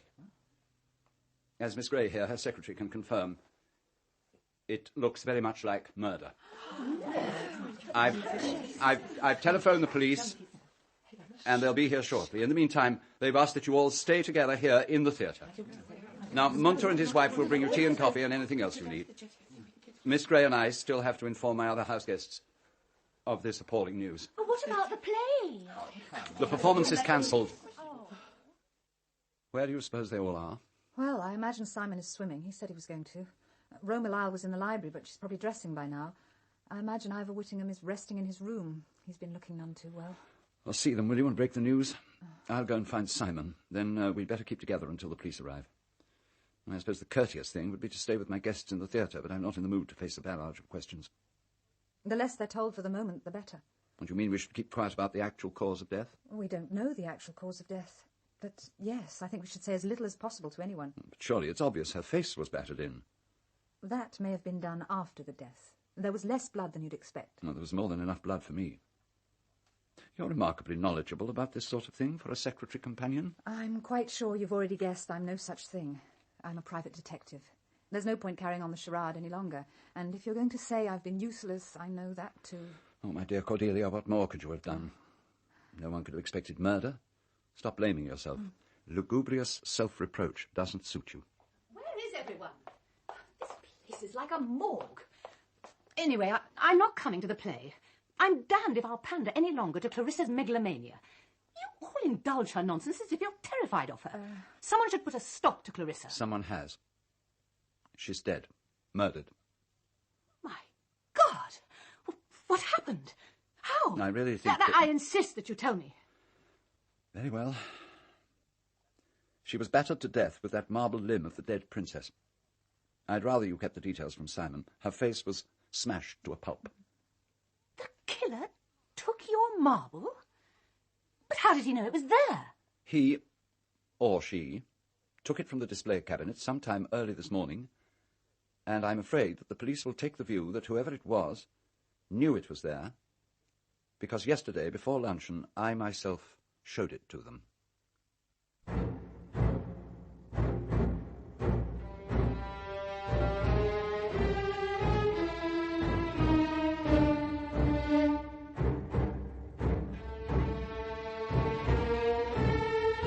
In Part 1 of The Skull Beneath the Skin by P.D. James, dramatised by Neville Teller, Greta Scacchi played Cordelia, John Moffat, Ambrose, Norman Rodway, Whittingham, Carolyn Blakiston, Clarissa, Richard Vernon, General Ralston, Patricia Garwood, Roma, Richard Pearce, Simon, Christopher Scott, Colin, Avril Clark, Tolly, John Bull, Sir James, John Warner, Gaskin, Anna Cropper, Mrs. Munter, and Marcia King, Miss Maudsley. The pianist was Geoffrey Braun. The Skull Beneath the Skin is directed by Matthew Walters.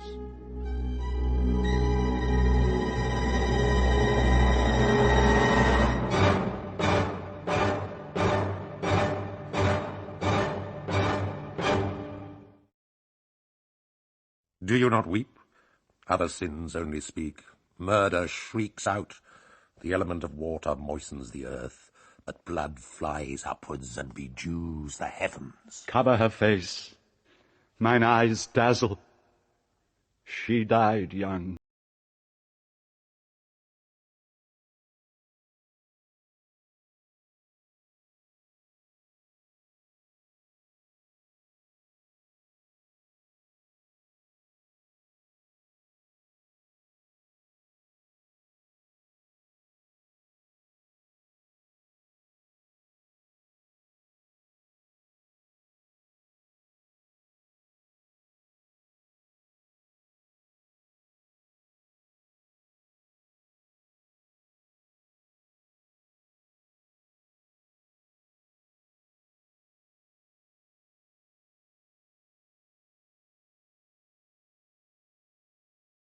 That Grogan man let them go so easily. Well, they could scarcely have had anything to do with it. They all arrived after Lady Ralston was dead. And they can't complain the day's been dull, even if they've been done out of their moment in the spotlight.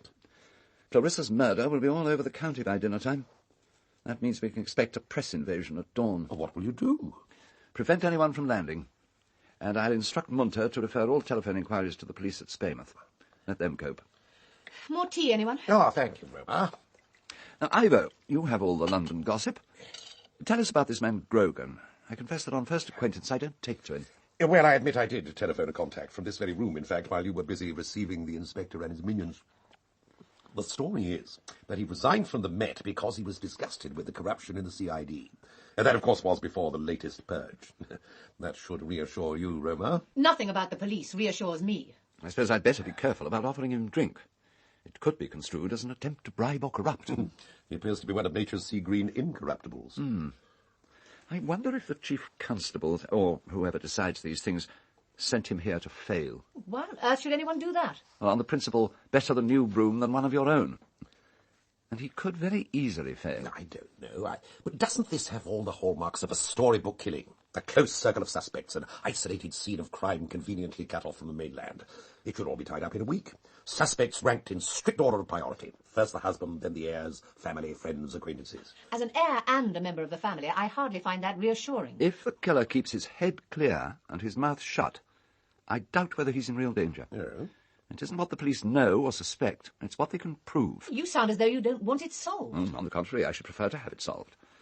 It'd be tedious to spend the rest of one's life as a suspected murderer. It'll bring in the summer tourists, though, won't it? People love blood and horror. You'll be able to show the scene of the crime. For an extra 20 pence, of course. I don't pander to sensationalism. That's why summer visitors don't get shown the crypt. And in any case, this is a murder in poor taste. Aren't they all? Not necessarily. But this one strikes me as particularly bizarre, extravagant and theatrical. In other words, entirely appropriate to its subject. Incidentally, isn't it odd that we've been left here alone? I thought there'd be at least a plainclothes underling sitting in and taking notes of all our indiscretions. Cordelia, in your capacity as a private eye, I suppose you've been co-opted and will be reporting everything back to the inspector. I am employed by Sir George. And the police know their limits. This is still my house and my library, and they come here by invitation. Until they decide to charge someone, we're all entitled to be treated as innocent, even Ralston, presumably. Though as husband, he's certain to have been elevated to chief suspect. Poor George. Selected for the first grilling. He's been gone an inordinately long time. Must be hell for him. Especially if he really loved her. My guess is he stopped loving her 6 months after the wedding. He must have known by then that she was incapable of remaining faithful to anyone. If he didn't kill her, and I don't for one moment believe it was him, he's probably not entirely ungrateful to whoever did.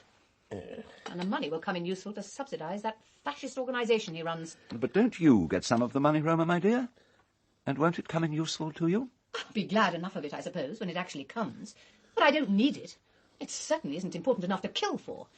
And I damn well resent the offensive way in which we've all had our fingerprints taken.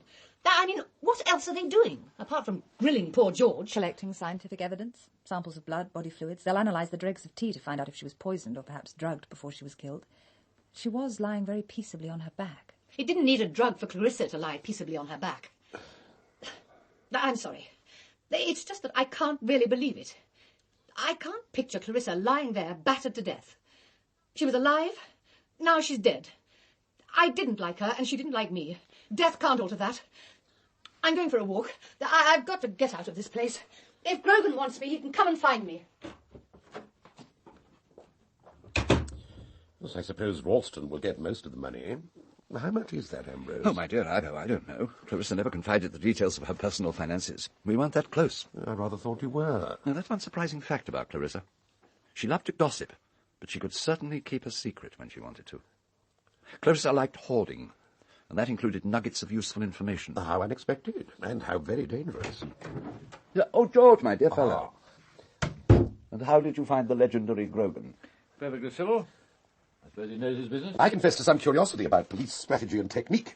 Reviewing Agatha Christie of the Vaudeville is a poor preparation for the real thing. Oh, it's all pretty much as you'd expect. Where was I and what was I doing this afternoon? I told them. I was bird watching on the West Cliffs. I was also able to say I saw Simon through the binoculars on the way home. I saw him coming ashore after his swim. Grogan seemed to think that was important. Well, what about this morning? Are we expected to detail every waking moment? Didn't say more than I needed. Told them about our communal visit to the church. Mentioned the Devil's Kettle and the wartime drowning, but didn't give details. No point in confusing the investigation with old history. Not their concern. How reassuring. That's rather the line I propose taking. I'll have a word with Roma when the opportunity arises, and George, you might speak to the boy. When I see him. Oh, sorry, I forgot. Cordelia, they want you next. Oh, right. Where are they? I put them in the business room. You're saying you locked your door from the inside? That's what I said, Chief Inspector, from the inside. And left the key in the lock? Yes. I still don't see why. It seemed the sensible thing to do. Anyway, Lady Ralston said she wanted to make quite sure for herself, after I'd gone, that the door was locked. Sergeant Buckley, would you kindly check back and see what Miss Gray told us last time on this point? Yes, sir. Oh, here it is. Miss Gray, I locked the door of my room leading to the corridor. Question, from the inside? Answer, yes. And what did you do with the key? I left it in the lock. Why? I wanted Lady Ralston to be able to check for herself before she locked the communicating door. Right. Well, Miss Gray, whose idea was it? Yours or Lady Ralston's? I honestly can't remember. What I do know is that she was extremely anxious to be left entirely alone. I let myself be persuaded. So you went out into the corridor from Lady Ralston's room? That's right. And she locked herself in? Yes. You didn't lock the door from the outside? Of course not. I've gone through this sequence at least 3 times, Inspector. 3 times? Sergeant Buckley? I believe it is, sir. And you'd persuaded Lady Ralston to wedge a towel under the door? That's right. Why, precisely? Again, please, Miss Gray. To make quite sure she didn't receive another of those threatening notes, especially so close to the performance. You'd already intercepted 2 while on the island? That's right. One in the post that came over with us in the launch, and a second when we were all together down in the crypt, when the lights failed. When you came back to Lady Ralston's room just over an hour later, the door was unlocked? Yes. It surprised me. I thought she'd already got up and was dressing. And the towel, Miss Gray? Where was the towel she was supposed to have wedged under the door?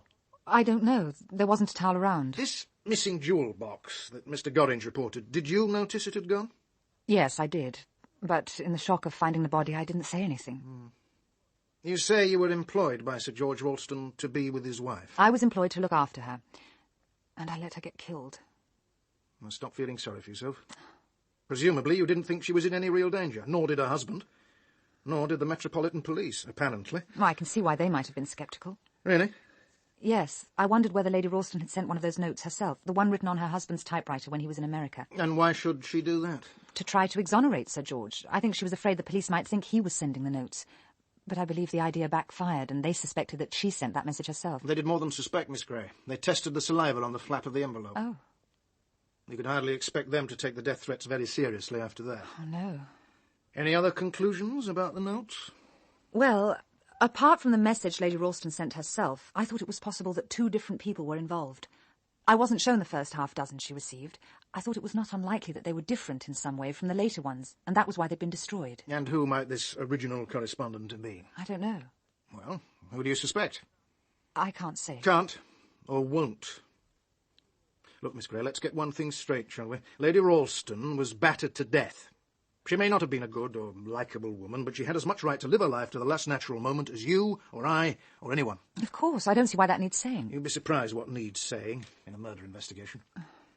You may be too bright for your own good, Miss Gray. You're not here to solve this crime, that's my job. Nor are you here to protect the living. Leave that to their lawyers. You're not even here to protect the dead. Do you know the saying, on doit des égards aux vivants, on ne doit mort que la vérité. Yes, of course, Voltaire. To the living we owe respect, to the dead we owe only the truth. Yes, but I was taught a different pronunciation. I bet you were, Miss Gray, I bet you were. I taught myself with the primer. Anyway, there's no better motto for a detective. And that includes female private eyes who'd like to help the police, yet still lie abed with a clear conscience. It can't be done, Miss Gray. It can't be done. I'll bear that in mind, Inspector Grogan. You know, what surprises me a little is how much you noticed. How carefully when you found the body. Most people, and not only young women, would have been in a state of shock. I know. It surprised me, too. I think what happened was that I couldn't bear to feel too much emotion. It was so horrible that it was almost unreal. I had to detach myself, so my intellect took over and made it into a kind of detective puzzle. That's why I noticed that the jewel box had disappeared, or things like the tea tray and the used cup with a smear of lipstick on the rim, or the balls of cotton wool smeared with makeup on the dressing table. It was that sort of mental tabulation that kept me from keeling over. Perhaps that's how surgeons feel. You have to keep your mind on procedures and techniques, because otherwise you might realise that what you have lying there is a human being. It's how a policeman trains himself to behave on the scene of an accident. Or a murder. And what exactly did your intellect deduce? Oh, the obvious things. How odd it was that Lady Ralston had cleaned the makeup from her face, but that there was lipstick on the cup by the bedside. It looked as if she must have made up her lips again in bed before she drank her tea. Why? And I noticed that despite a good deal of blood, there wasn't as much as you'd expect from a head wound. So I thought it was just possible she was killed some other way, and the injuries to her face made afterwards. And I was puzzled by the cleansing pads on her eyes. They must have been put there after her death. It wouldn't have been possible for them to stay in place while her face was being destroyed. You're sitting on the wrong side of the desk, Miss Gray. I take that as a compliment. There is one thing you ought to know. Sir George didn't kill his wife. When he first arrived in the bedroom and I blurted out how sorry I was, he looked at me with a kind of amazed horror. I realised that for a moment he thought I'd killed her, that I was confessing. Let's go back to the Friday night, the time when you were with Lady Ralston in a room and she showed you the secret drawer in her jewel box. That review of the Rattigan play, are you sure that's what it really was? Quite sure. It wasn't a document or a letter? And it was a local newspaper cutting. I only read the headline.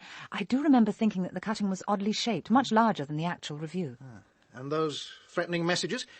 Did your client ever give the least indication that she knew or suspected who was behind them? Never. And you yourself can throw no light on why and by whom she was killed? No. Very well. Thank you, Miss Gray. You've been helpful. Not perhaps as helpful as I'd hoped, but helpful. I've told you everything I know. Oh, it's early days yet. We'll be talking again. Goodbye, Miss Gray. Allow me, Miss Gray. Goodbye. Well, what do you think? She's attractive, like a cat, self-contained and dignified. But did she do it, Sergeant? She had time and opportunity. We've only her word that she locked her bedroom door, or that Lady Ralston locked hers. She knew where that marble arm was kept, and she had access to the business room where Gorringe's typewriter is kept, so she could have typed that final message. I can't see Miss Gray as a murderess. It takes an effort of the imagination, I grant you. If she did have a hand in it, my guess is that it was as Ralston's accomplice. They're an unlikely couple. It's difficult to see what they have in common. Politics rather than bed, I imagine. But police work teaches you that when it comes to sex, nothing is too bizarre to be ruled out. Did you believe what she said about that look of amazed horror on Ralston's face? No doubt he would look amazed if he thought she was confessing to a murder he'd done himself. So, we'd better find out what, if anything, the Met know about Cordelia Gray and her agency. And while we're at it, there are a whole host of other unanswered questions. What did Simon Lessing really feel about Clarissa? And how exactly did his father die? Yeah. Is Miss Tolgarth quite the devoted dresser-cum-family retainer that we're supposed to believe?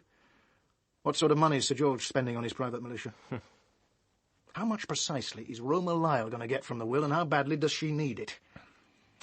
And that's just for starters. Certainly a choice bunch of suspects. A baronet, a distinguished theatre critic. A best-selling novelist, a female private eye, a respectable bookseller, ex-schoolmarm, and a spotty schoolboy. To say nothing of the butler, sir. Difficult to overlook a man as tall as that. Thank you for reminding me, Sergeant. We mustn't forget the butler. In fact, why not let's hear what Munter has to tell us? My duties, sir, have never been precisely defined. This is not an altogether orthodox household, but I'm in charge of all the domestic arrangements, and I supervise the two other staff, my wife and Oldfield. And how long have you been part of this unorthodox household? My wife and I came into Mr. Gorringe's service in July 1978, shortly after his return from 12 months spent abroad. He'd inherited the castle from his uncle the previous year. This play, it was to be a regular event, was it? An annual drama festival, perhaps? I'm sorry, sir. I have no means of knowing that. Mr. Gorringe didn't confide his plans to me. Once was enough, I should think. Must have made a lot of extra work for you and your wife. The domestic inconvenience caused by Lady Ralston alive was as nothing compared with the inconvenience of her murdered. You found her a pleasant, likeable guest, then? She seemed a very agreeable lady. Right. Now, let's get on with it. You know what we want. A full account of where you were, what you were doing, and who you saw between 1 o'clock, when lunch was over, and 2:45, when Miss Gray found the body. I spent the whole of that period on the ground floor of the castle, preparing for the play and the supper party that was supposed to follow the performance. I doubt if I was out of someone's sight throughout that time. Oh, except when I remembered that Mr. Gorringe had asked me to find a different musical box for Act 3. Lady Ralston had apparently taken a dislike to the one used in rehearsal. I came into this room to fetch it from the chiffonier. And what did you do with it? I put it next to the other on the props table backstage. Shortly afterwards, Mr. Gorringe arrived, and we checked over the props together. How long afterwards? Oh, it might have been 2:15. Might have been. I wasn't checking the time, sir. All right. And then? Then it was time to go to the quay to meet the launch, bringing the rest of the cast from Spaymouth. Mr. Gorringe and I showed the gentlemen to their dressing rooms, and my wife and Miss Tolgarth took care of the ladies. Then I went to the dining room to collect the chairs together for the supper party. I was there when Mr. Gorringe came to tell me of Lady Ralston's murder. Munter. The most dreadful thing. I've just come from upstairs. Lady Ralston is dead. Murdered. Murdered? What, in our house? In her bedroom. But how, sir? I'm afraid she's been battered to death. I've just left her. Sir George and Miss Grey are still up there. Now, you must go down to the quay and prevent all those guests from landing. Yes, sir, of course. Immediately. I'll come down as soon as I can and explain why the performance has been cancelled. I can see the launches from here, sir. How far away are they? I'd say 3/4 of a mile. Oh, then there's plenty of time for you to get down to the landing stage. We simply can't have another 80 people on the island all milling about getting in the police's way. Yeah, I'm just about to telephone them. I'll get down there right away. What shall I say, sir? Well, you'd better tell them Lady Ralston has been killed. If they ask how, say a blow to the head. There's no need to harrow them unnecessarily. In the event, I wasn't required to tell them anything, since Mr. Gorringe had joined me by the time the launches arrived. A blow to the head. You've seen the body? No, sir. Mr. Gorringe locked the bedroom. But you've no doubt formed some opinion as to how the blow to the head was inflicted? Well, I did wonder whether it was connected with the missing marble hand.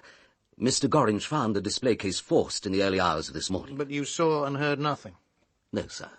I was busy in the kitchen. There's been murder here. Bloody murder of a defenceless woman. If there's anything you know, I expect to be told it. Clear? Perfectly, sir. Causey Island is used to murder, and the murderers have seldom been brought to justice. Perhaps you and your colleagues will have better luck. You'd known Lady Ralston from childhood, sir? Our fathers were both in the diplomatic service, but I saw little of Clarissa in recent years, until I inherited this island from my uncle. We met at a theatrical first night. And she suggested that you might stage a play for her? No, I really can't remember who suggested that first. And the marble limb. That was last seen by you when? At about 11:30 last night. When I went to the kitchen at 6:45 this morning, I found the lock forced and the hand missing. All members of the house party had seen it and knew where it was kept? All except Simon Lessing. Ah, yes. The boy must have resented his father's marriage to Lady Ralston, on his mother's account, if not his own. Well, it was 6 years ago, and I doubt if he resented it enough to pick this moment to bash his stepmother's face in. Does Sir George know you suspect the boy? I never said I suspected him. But I do find everyone's concerted measures to protect him interesting. It's only natural. He was very shocked when I broke the news to him. His own parents are dead. He was devoted to Clarissa. It strikes me, sir, that you've taken a lot of trouble for Lady Ralston, one way or another. Putting on the play for her, restoring the theatre, entertaining her guests. Must have been an expensive business. Happily, I'm not a poor man. And since you raised the matter, the theatre was restored for my own satisfaction, not Lady Ralston's. She wasn't hoping that you might partly finance her next professional appearance. What's the theatrical jargon? Be her angel? That particular angelic role has never attracted me. There are more amusing ways of losing money. But if you're trying tactfully to suggest that I may have owed Clarissa a favour, you're perfectly right. It was she who gave me the idea for my bestseller. Autopsy, in case you're one of the half-dozen who haven't heard of it. No, Inspector Groven, you've been gossiping with the wrong theatrical people, I'm afraid. Not Ivo Whittingham, by any chance? It would be accurate to say that Clarissa and I were lovers for a period of about 6 years, as opportunity and her whim dictated. And did her husband know? Husbands, Inspector. Our relationship outlasted more than one marital episode. But if it's George Ralston you're interested in, I never told him. Tell me what she was like. I was going to say you've seen her face, but of course you haven't. A pity. One needed to know the physical Clarissa to get any clue about her. She lived intensely in and through her body. The rest is a list of words. Egocentric, insecure, clever, kind or cruel as the mood took her, restless, unhappy. But she had certain skills which a gentlemanly reticence inhibits me from discussing. She probably gave more joy than she caused misery. That can't be said of many of us. I once said of the words of Thomas Malory, Launcelot speaking to Guinevere, "Lady, I take record of God, in thee I have had my earthly joy." I don't take them back, whatever she may have done. Whatever she may have done? A form of words merely. So you mourn her? No, but I shan't forget her. Why are you here, sir? Here? Or on the island? Well, why are any of us here? Because Clarissa wanted us here. I at least was commissioned by one of the Sunday papers to do a piece on the island and the theatre, but as for the others, the boy, for instance, Simon Lessing, he didn't seem to have a notion as to why he was invited. I think Clarissa might have wanted to show me off. My piano playing, I mean. She liked to impress people. Are you happy living with Sir George and his wife? Very, sir. When I'm with them. Mostly I'm at school. It's term time now, isn't it? Yes. I had to have special leave to come to the island. And how did this special relationship with Lady Ralston come about? It was after my mother died. I went to live with my uncle and his family, and that's where Clarissa came to see me in the summer of 1978, and agreed to take care of me. I wasn't adopted. Clarissa became a sort of foster mother, I suppose. She took over the whole responsibility for bringing me up. And you welcome that arrangement? Very much so. I wasn't very happy living with my uncle and aunt. Right then. Suppose you tell us exactly what you did between 1 and 2:45 today. Well, I wanted to go for a swim before the play. So, after lunch, I went up to change. I put my swimming trunks on under my jeans. Clarissa had warned me not to swim too soon after the meal, so I went for a walk on the beach first for a bit. What time did you actually go into the water? Oh, just about 2 o'clock, I suppose. I swam for about half an hour. I came out, dried, and got dressed. I was on my way back to the castle when Mr. Gorringe saw me and came down. He told me about Clarissa. What can you tell us about the arm of the dead princess? Do you mean in the church? Well, there were skulls in the crypt, but... A marble limb. Someone took it from Mr. Gorringe's display case outside this door. I don't think I've seen it, sir. I'm sorry. Oh, of course the woodcut's mine. I brought it to Courcy because I thought Ambrose Gorringe would be interested in it. I thought it might be valuable. I hope you're not suggesting that I sent it to Clarissa, or that I'm in any way involved in those other messages. I'm making no such suggestion, Miss Lyle. Good. Perhaps, though, you'd be kind enough to tell me what you did this afternoon. Very well. I went to see Clarissa in her room just before she took her rest. Why, exactly? Why? To wish her good luck for the performance, of course. Why else? I thought you had lunch with her. So I did. Well, why didn't you do it then? I forgot. I realised as soon as she'd gone upstairs. I had to wish her good luck. I see. And you left her when exactly? Oh, at 1:05. And then what? Then I went to the library. I stayed there till 2:30. And then I went up to my room to change. Was anyone with you in the library? No one. I was alone all the time. Oh, except that Miss Gray put her head round the door at about 1:20. What were you doing there?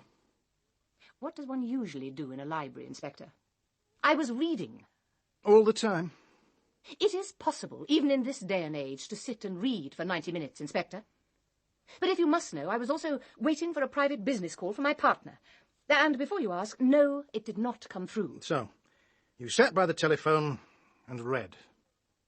Is that all? For a few minutes I wrote a letter. I see. Do you have the letter? I decided not to send it. I tore it up. A letter, Sergeant. The torn-up fragments of a letter. Did you find them in the wastepaper basket? No, sir. Nothing like that. No letter, Miss Lyle? Of course not. I didn't put the pieces in the waste paper basket. No? What did you do with them? I took them with me to my room and flushed them down the lavatory. Really? Yes, really. Why not? And you went up to your room when, exactly? At 2:30. Wasn't that leaving it a little late to change for the performance, Miss Lyle? Yes, well, I decided to give the play a miss, actually. Oh, there's nothing so surprising in that, Inspector. I'd seen quite enough of Clarissa's histrionics. I simply preferred to take a walk, that's all. What did you make of all that, Sergeant? Would you care to propound a theory to explain all those intriguing eccentricities of behaviour? Well, let's say she was expecting a telephone call from her lover. When it didn't come, she decided to write to him. Then she thought better of it and tore up the letter. She collected the bits from the waste paper basket because she didn't want us piecing them together and reading her private correspondence. Ingenious, Sergeant. But you see where it leaves us. At the time she tells us she took those scraps upstairs, she couldn't have known the police would be here to poke their noses into her private correspondence, not unless she also knew by then that her cousin was dead. Well, let's not read too much into it, Sergeant. It might have been the servant she was protecting herself from, not us. I suppose so, sir. And Miss Roma Lyle's story is not the only unconvincing one. Consider the curious reticence of the lady's maid. Sounds like the chapter heading for one of those snobbish 30s thrillers, doesn't it? You question the lady, Sergeant. She may prefer youth to experience. Give her a treat. Of course I knew about the threats. Who do you think was sending them, Miss Tolgarth? I don't know. You know all Miss Lyle's friends. Haven't you any idea who it might have been? It isn't for me to make guesses. No, Miss Tolgarth, quite right. Now, what about this afternoon? What did you do after lunch? The normal, before a performance. Which was? Miss Lyle always rests for a couple of hours. She has a tray of China tea made with lemon. I prepared that in the kitchen and took it up to her. Was anyone with her? Sir George. And then? Then I tidied up the bathroom and prepared a bath. I see. When I went back into the bedroom, Miss Grey was there. She went into her own room to change, and while she was there, Sir George left. I went shortly afterwards. I came back at 2:45. I was worried in case Miss Grey hadn't called her. Were you happy working for Lady Ralston? My mother had been her nurse. You liked each other? We're used to each other. Can you think of a reason, any reason, why anyone should want to kill her? No. All one big happy family, were you? There's never a good reason for people to kill each other, even in happy families. It's all over the Sunday papers, Miss Grey. Mine says she was, battered to death. I can't believe it. And it's so horrible for you, Miss Grey. Well... Her husband, too, of course. Yes. Such a nice man when he called at the office. I suppose it was some kind of intruder. The paper does say her jewellery is missing. I do hope the police don't get any wrong ideas. I'm sure they won't, Miss Maudsley, but they'll be sure to check up on me and on the agency. Don't worry, just answer their questions. Oh, dear, yes. I suppose we must. But it's all so dreadful. Am I to show them everything? Well... Suppose they asked to see the accounts. I did try to balance the petty cash on Friday afternoon, but it didn't quite, I'm afraid. I don't think the police will be interested in the petty cash, Miss Maudsley. They're more likely to ask about Sir George Ralston's visit. Let them see anything they ask for, except, of course, the client's files. Yes, Miss They're Grey. confidential. And, Miss Maudsley, do tell Bevis to try not to be clever. Yes, Miss Grey. I'll ring again in a day or two. Bye. You could cut the atmosphere in this place with a knife. I'm going for a walk. Would you care to come? I'd like to have a word with you. All right, Miss Lyle. Inspector Grogan can always send for us if he wants us. You're supposed to be an expert in these things. When do you suppose we can get away? I've got a shop to look after. My partner can't manage indefinitely on his own. The police can't keep us here, surely. The investigation could take months. They can't legally hold us at all unless they arrest us. Of course, some of us will have to attend the inquest. But I should think you could leave tomorrow if you wanted to.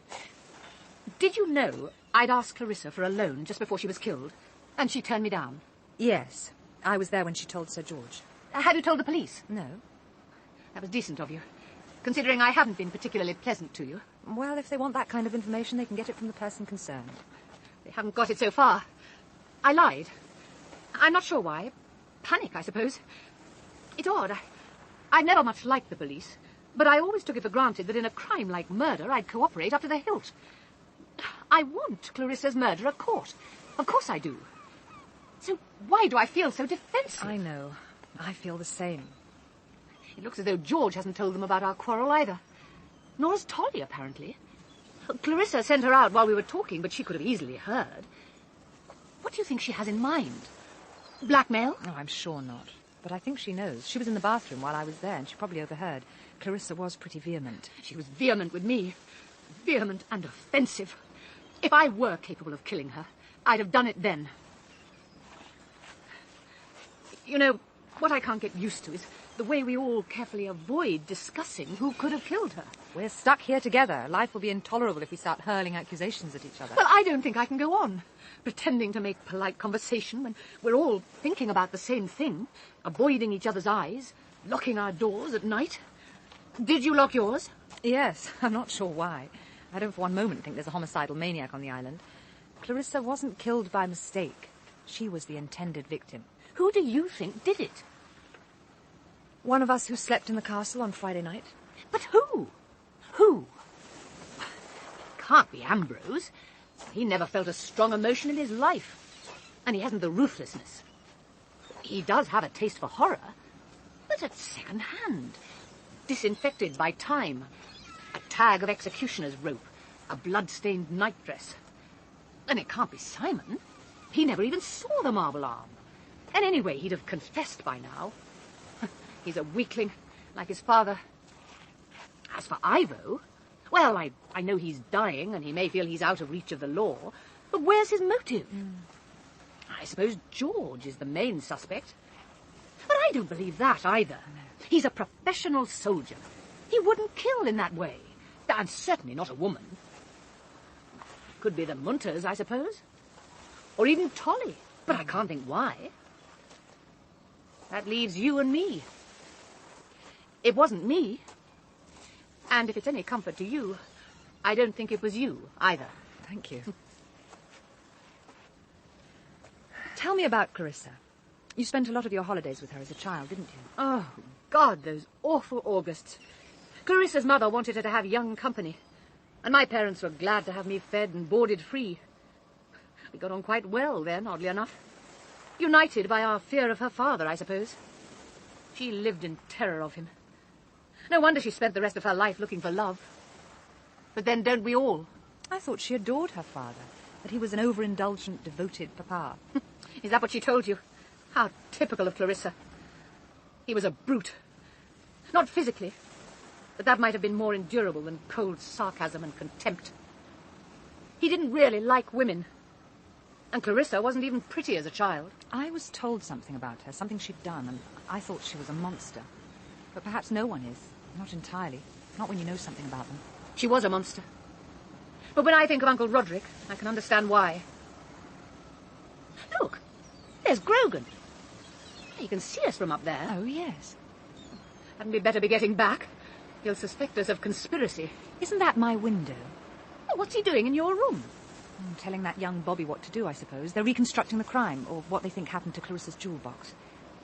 Look, he's climbing down the fire escape with a box in his hands. Why? There you are. He's throwing it as far out to sea as he can. And there's a diver there, in that rowing boat. So they think it was a robbery, and the empty jewel box was thrown into the sea. Exactly. But my guess is that they'll find it still contains Clarissa's jewels. And for someone on the island, that would be very bad news indeed. All right. So now we know from the autopsy that Lady Ralston was killed by a blow from a blunt instrument. The subsequent damage was done maybe 10 minutes later after death. So we have a murderer who sits and waits while she dies and then... what? Decides he didn't much like her and gives her a bit more. He could have spent the time searching for something and been enraged when he didn't find it. Searching for what? There's no sign of a search. If he was looking for something, he knew what he was about. My guess is that he found it. I wonder what Mrs. Beeton would reject as the most inappropriate meal for this kind of occasion. A borscht followed by steak tartare. Don't you care at all? I don't like to think that she suffered or was in terror even for a moment. But if you mean, do I care she's no longer alive, then no, I don't really care. We'll have to serve ourselves, I'm afraid. I told Mrs. Munter to take the evening off and get some rest. Munter hasn't shown himself since lunch. If the police want to interview him again tomorrow, they'll be unlucky. Drunk, is he? I thought he might take to the bottle. Yes. I'm afraid this sort of thing does happen from time to time. It usually lasts 3 days. I suppose it's his release from intolerable boredom.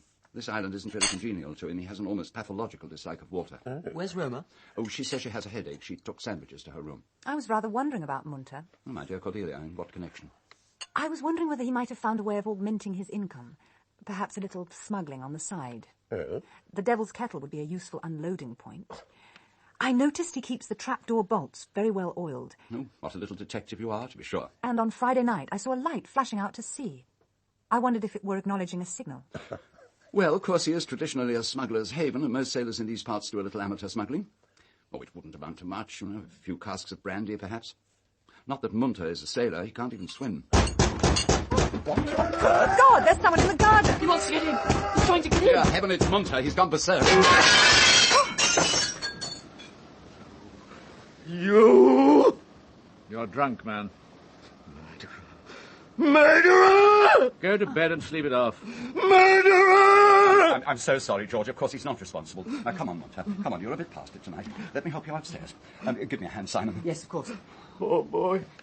God, she was a bitch. What? Now, come on, old fellow. Come on. I'm so sorry, everybody. I've never known Munter behave in quite such a spectacular way before. Can't imagine what's got into him. Extraordinary fellow. Knew a chap at Santos drank like that. Oh, what happened to him? Fell into his own swimming pool and drowned. Drunk at the time, of course. Sir George! Sir George, are you there? What is it? What's happened? There's been an accident. Or worse. Worse? What's all the noise about? Is there a fire? Sir George! Cordelia, what's up? Are we all here? Oh, where's Simon? I'm here. Oh, that's all of us accounted for, then. Listen, everybody. I think... What? What is it? Well, I could see the pool's just below my window. There's someone in it. In it? You mean not swimming? Not swimming. Just down there, just below the surface, amongst the leaves. Below the... Oh, well, someone had better... Simon, will you?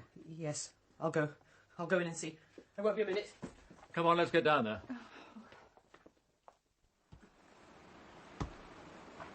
No, it's no good, Simon. He's dead.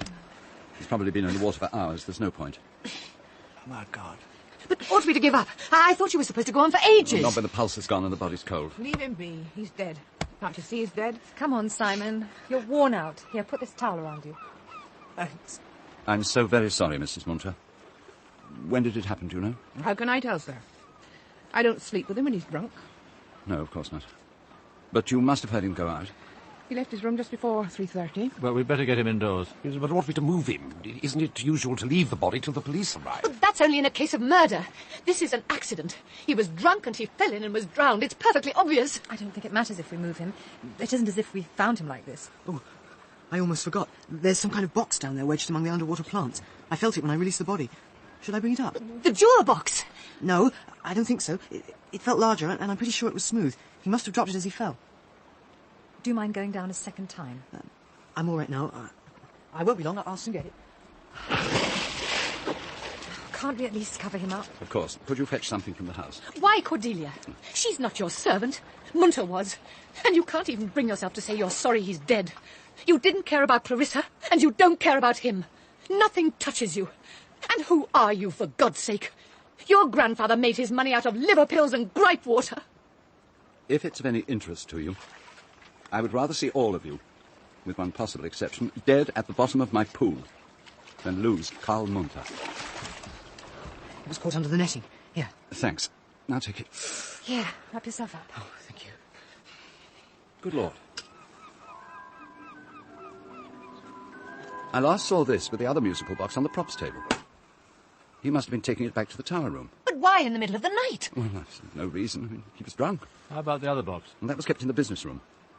But unless Munter returned it, I suppose it's still backstage. Better get dressed, boy. You're shivering. Yes. Yes, I will. I won't be long. That boy has more talents than I gave him credit for. And how, incidentally, did he know what Clarissa's jewel box was like? I thought you only gave it to her, Ambrose, when she arrived on Friday morning. I suppose, like you and me, he's been to her room and been shown it. Oh, I realise that. I was just wondering when exactly. Why not leave all that to Grogan? One amateur detective in the house is enough, surely. I'll go and telephone the police. And I'll get back to bed. And after I've had my stint with Grogan, I'll relieve you of my presence here. Death is becoming rather infectious in your paradise. Well, I suppose we may as well go and see if the second musical box is back in the business room where it's usually kept. Good idea. And by heaven it is. What's going on? The second musical box. It's back in the chiffonier. That's odd. So he did return it. Well, probably couldn't rest until he'd started putting things to rights. Except that he's changed them round. This one belongs in the tower room. How could you possibly know that? Because I saw it there on Friday afternoon while Clarissa was rehearsing. I went to explore the tower and found the room. I couldn't be mistaken. Well, they look very alike. But they play different tunes. I opened the box in the tower room. This box, it played Greensleeves. The one at the rehearsal played the Scottish melodies that Lady Ralston objected to so much. So Munter went up to the tower and fetched this one for the performance. And that was yesterday afternoon. And that means that somewhere around the time of the murder he was within a few feet of Clarissa's door. He could have seen someone entering or leaving. He could have gone into her room himself. And that's why he was obsessive about returning the boxes, each to the room he said he'd taken it from. He lied to the police. But they'd only have our word for it. And it's very convenient for us, isn't it? A dead suspect. The butler did it. Even in fiction, that's usually regarded as unsatisfactory these days. I think I can hear the police launches. Then I'll go down to the quay and meet them. I'll come with you. I'm curious to see Grogan's reaction to this second misadventure. Sir George, when we were standing round Munter's body, you recognised that drowned face, didn't you? What do you mean? You'd never seen Munter like that before, with his face upturned. But that's exactly how you last saw his father. Wasn't it? Dead. Drowned. Blythe. Karl Blythe.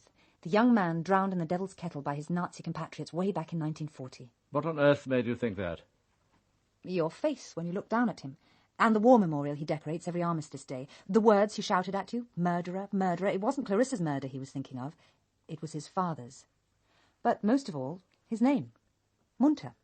Munter's German for carefree, isn't it? Carefree. Blythe. I didn't deliberately let them kill him. You don't have to explain to me. It's not my business. You were a young officer at the time. You can't have been in command here. No, but I was on duty that night. I should have discovered that something was up, but I hated Blythe so much I couldn't trust myself to go near him. He'd made my childhood hell at school. That's one thing you can't forget and never forgive. So I shut my eyes. You could call it dereliction of duty. And Munter must have grown up believing the army had murdered his father. I wonder why he took a job on this island. Curiosity? He couldn't have expected you to turn up. He might have hoped for it. He took the job in the summer of 1978. That's the year I married Clarissa. She's known Ambrose nearly all her life. They're both pretty much in the public eye, and I'm not exactly an entity. If the police arrest you, I shall feel free to tell them everything. No, Cordelia, it's my concern, my past, my life. But you must see how it will look. If they believe me about the musical box, they'll know that Munter was a few feet from your wife at the time she died. If he didn't kill her himself, he could have seen the person who did. Taken with that shout of murderer directed at you, it's damning. Unless you tell them who Munter was. No. If they arrest the wrong person, it means the guilty one goes free. Is that what you want? To protect whoever it is? The guilty one? We're here together, 10 of us, on this small, lonely island, and one of us is a murderer.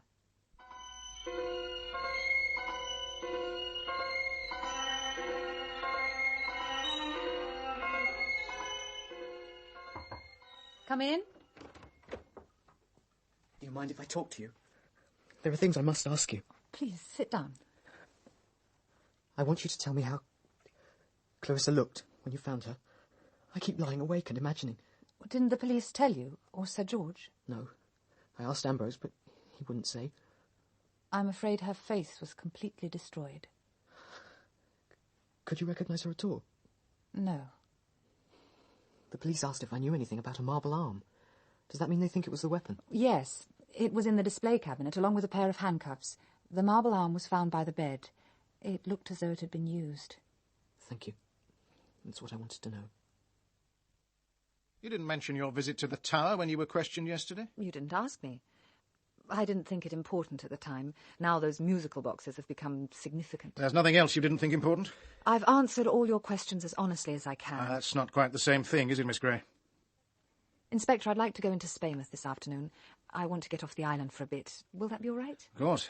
But don't forget you'll have to be in Spaymouth tomorrow at 2 for the inquest. It won't take long. We'll be asking for an adjournment. But you were the one who found Lady Ralston's body, and you were the last person to see her alive. The coroner will want you there. Mrs. Munter? Mrs. Munter, are you there? Come in, Miss Gray. I didn't mean to bother you. I just wanted to see that you were all right. And I'm going into Spaymouth shortly. Is there anything I can get you? Thank you, no. And I'll be with you in the boat, likely enough. I'm leaving, miss. I'm getting off the island. I know how you feel, but if you're frightened, I could share a room with you tonight. I'm not frightened. What's there to be frightened of? I'm leaving, that's all. I never liked being here, and now that he's gone, I don't have to stay. But Mr. Gorringe can see to the funeral arrangements. It's no concern of mine. But you're his wife. I never was. He wasn't the marrying kind, and nor am I. I'll be leaving in the launch as soon as Oldfield is ready. What about tonight? Where will you stay? She'll be staying with me. Miss Tolgarth? I didn't see you. Mrs. Munter, I'd like a word with Miss Tolgarth in private. Do you think... You can use this room. I have a few things to collect from around the house. Thank you. Miss Tolgarth, you were with Clarissa when the first of the messages came during the run of Macbeth. Tell me what they looked like. You see, Miss Tolgarth, I think it was you who sent them, and I think she guessed. She knew the wrong she'd done you, but she couldn't do without you, so it was easier to pretend. And then, as she hoped, you had a change of heart. Something made you feel that what you were doing was wrong. So the messages stopped. They stopped until one of the small number of people who knew about them took over. But now they were different. They looked different, their purpose was different, and the outcome was very different. And terrible. I know I've no right to ask you, but just tell me what those first messages were like. They were written by hand, in capital letters on lined paper. Paper torn from a child's exercise book. And the messages? It was always the same message. A text from the Bible. Thank you. You've told me what I wanted to know. Miss Tolgarth, have you any idea who it was who took over? No. I concern myself with my own sins. Let others look to theirs. Miss Lyle! Miss Lyle! Roma! Roma, what happened? What is it, my dear? I'm sorry. Oh. That was a disgusting exhibition. Never mind. I'm glad it's you, if that's any comfort. I'd like to help. You can't. No one can. As you probably guessed, it's the usual commonplace, sordid little tragedy. What is it? I've been chucked. Oh, dear. See this letter? He wrote it on Friday night. We only saw each other on Thursday. He must have known then what he was going to do. When did this arrive? I just got it from Oldfield. He brought the post over in the launch. Go on, read it. Oh. If he hadn't the decency to tell you to your face, he isn't worth loving. What's worth to do with love? Oh, God, why couldn't he have waited? He wrote a day too soon. I told him I'd get the money. I told him. Now it's too late. He was the only man who's ever wanted me. I knew why, of course. You can only deceive yourself so far. His wife doesn't much enjoy sex, and I was always available. All right, don't look like that. I don't expect you to understand. You can get love whenever you want it. That isn't true. Not of me, not of anyone. Isn't it? It was true of Clarissa. She only had to look at a man. One look. That's all it ever took. All my life I've watched her using those eyes. Oh. But she won't anymore. Never again. Never, never, never. Dear. It's all right. It's all right. Now, look, I have to go now. Roma, will you be all right? Don't worry. I shan't do anything stupid. I can tell you what will happen to me. I'll take my share of Clarissa's money and buy myself a London flat. I'll find a part-time job and go on foreign holidays with a woman friend. We shan't much enjoy each other's company, but it'll be better than travelling alone. And every year, I shall get a little more fussy about my comforts, a little more right-wing, a little more lonely, a little more dead.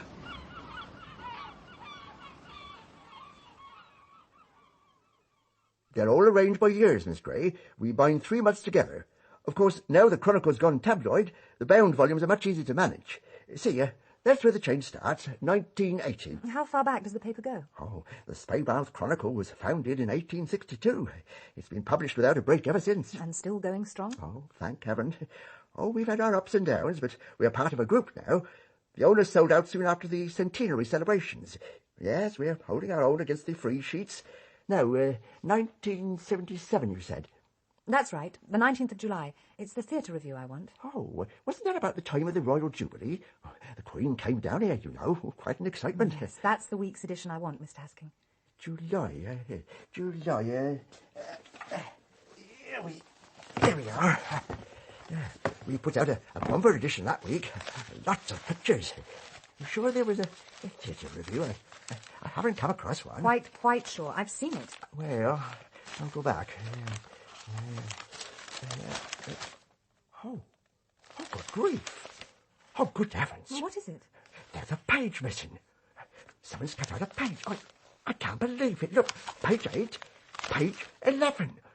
Someone's actually mutilated our official archives. Oh, vandals. And that, Mr. Hasking, is the very page I wanted to see. Oh, surely you've got another copy somewhere. Oh, not here. We don't keep back numbers beyond 3 years. I haven't got the storage space.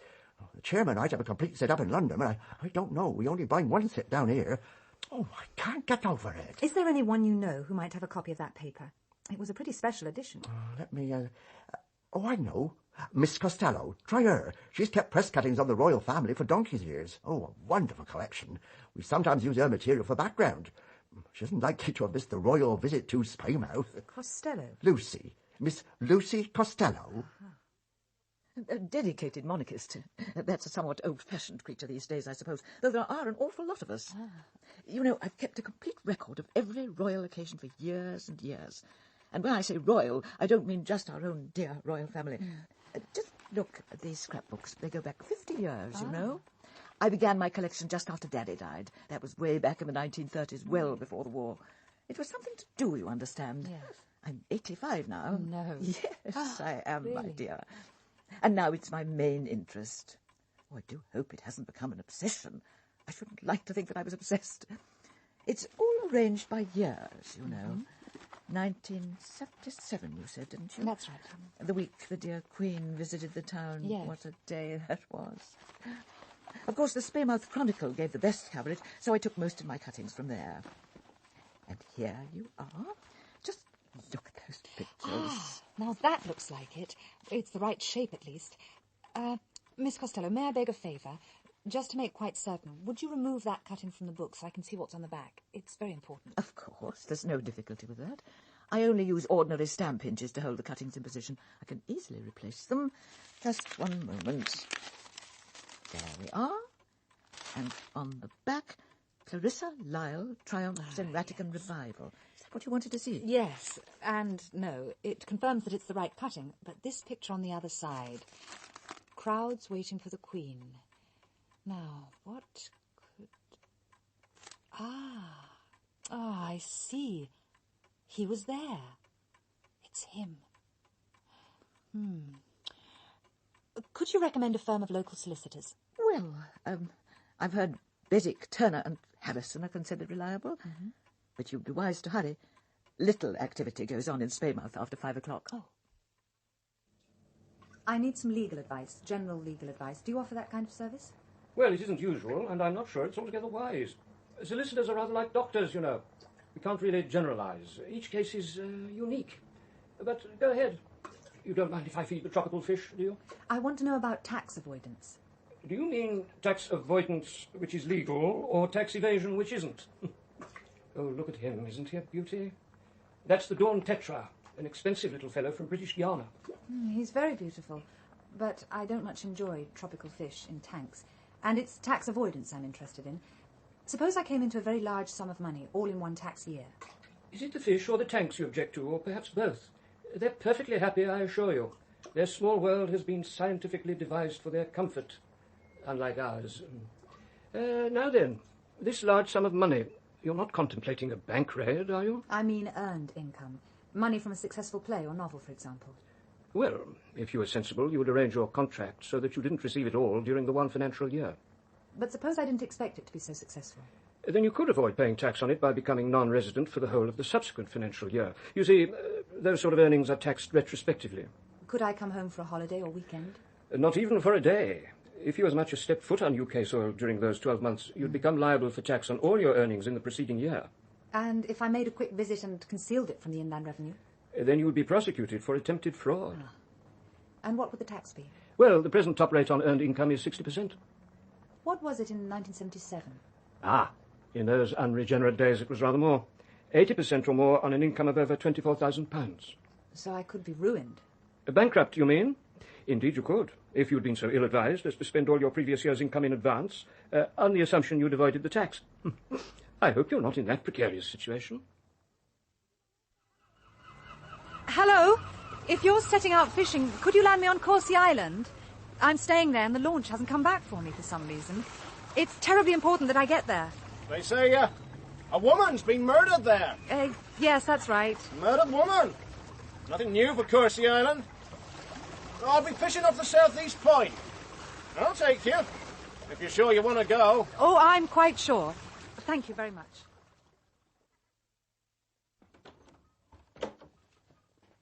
Good evening, Cordelia. Have you eaten? Where is everyone? Ivor's in bed. Not at all well, I'm afraid. He's hoping to go home tomorrow. Roma left mid-afternoon with Sir George. Simon's gone to bed, not hungry. Why didn't Oldfield meet me at Spaymouth with the launch? Oh, he or I must have misunderstood. He won't be back till morning. To all intents and purposes, we are alone. Do you know why I went to Spaymouth this afternoon? I went to find this cutting from the local paper. Yes, I did wonder. Congratulations. I didn't think you'd succeed. Because you'd already cut it out of the newspaper archives yourself. Precisely. I destroyed it about a year ago. It seemed a sensible precaution. I found another. So I see. Oh, you look tired, Cordelia. Would you like some of this claret or well, all right. brandy? Right. A claret, please. I came back to the UK to visit my uncle. I was his heir, and he wanted to see me before he died. He was very ill. He didn't understand about tax-free years. He asked me to come, so I came. And if you hadn't, perhaps he would have altered his will. Oh, unkind Cordelia. No, I genuinely liked him, and I valued him. He was his own man, like some ancient chieftain. Even then there was no danger. Then when he was clearly dying, he asked me to get him something he fancied. A last taste of blue Stilton. He could have asked his housekeeper, but he didn't. He asked me. So that's why you went to Spamus? That's why. If I hadn't done that simple act of filial kindness, Clarissa wouldn't have seen that press photograph, wouldn't have forced me into staging the Duchess of Malfi, would still be alive. Odd, isn't it? We live by chance and we die by chance. With Clarissa, it was a matter of 8 ounces of blue Stilton. Chance? But it was you who smashed her face in, and not once, but time and time again. How could you make yourself do that? Wasn't agreeable. And if it's any consolation to you, I had to close my eyes. When I opened them, Clarissa wasn't there. Once her face was gone, I couldn't even remember what she looked like. Clarissa was her face. And you know, looking at her, I knew what I'd always known. The presumption that she or anyone has a soul is ridiculous. This life is all we have. We die as animals. We go into the night without hope. Millions of people share that belief, yet they still live good, kindly, and useful lives. Because goodness, kindness, and usefulness are expedient. It's necessary for comfort to be at least a little liked. When I was 16 and first came to this island, I knew for the first time what I wanted of life. Not power, or success, or sex, with men or women. I wanted a place. This place. This view. This sea. This island. It's the only real passion I've ever known. And I wasn't going to let a nymphomaniac second-rate actress take it from me. And so you killed her? Oh, my dear Cordelia. Of course I didn't kill her. But do you really believe you're sitting here sipping Chateau Margaux with a murderer? Oh, I congratulate you on your sang-froid. But if you I couldn't kill anyone. I thought you understood that. I haven't that brand of ruthlessness. Oh, no, she was dead when I battered her face in. Someone had been there before me. Someone? There was no upward spurt of blood. How could there be? All I did was to cover up for the murderer. Admittedly, it was mainly self-interest. I had to find and destroy that vital scrap of newsprint. But you should credit me with some disinterested concern for the killer. It pleased me to concoct a way of escape for him, if he had the guts to take it. After all, I did owe him something. I knew the cutting would be somewhere in the room. One of her little tricks was to keep it near her and to take it out of her handbag occasionally. I couldn't risk the police finding it. They'd be looking for a motive. It's never safe to rely absolutely on the stupidity of the police. So it was Simon. Oh, poor Simon. Where is he now? In his room. Perfectly safe, I assure you. Do you want to know what happened? But he couldn't have planned it. Not Simon. Planned it? No. But she's just as dead, isn't she? He told me she asked him to go to her room. He was to tell everyone he was going for a swim, but he was to wait for half an hour after she'd gone up to rest, then knock 3 times at the door. He, poor deluded fool, thought she was going to tell him he could go to the Royal College, that she'd pay for his musical education. But why did she want to see Simon? Oh, we'll never know, but I can guess. Clarissa liked to make love before a performance. Perhaps it gave her confidence. But Simon, that boy, she couldn't have wanted him. Oh, she may have thought she was doing him a service in more ways than one. Clarissa was totally incapable of believing that any normal man existed who wouldn't take her if he could get her. And who else was there? George, I'm sure, hadn't touched her since he discovered he's a cuckold. Ivo's had his turn. And I'm no use to her. But it's horrible. Oh, only because you're young, pretty, and intolerant. A different boy at a different time might even have thanked her. But Simon Lessing's a romantic. What she saw in his face wasn't desire. It was disgust. What happened? How did you find out? I changed much quicker than I told Grogan.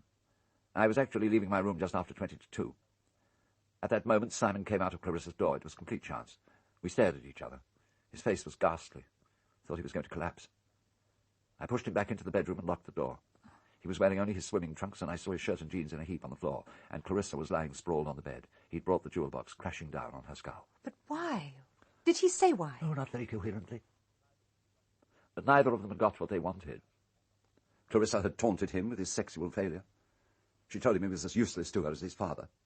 And I think that was the moment when she lay there, half naked on the bed, smiling at him, mocking him and his dead father together, destroying all his hopes. That was the moment that his control snapped. He seized the jewel box, the only weapon to hand, and brought it down. And after that?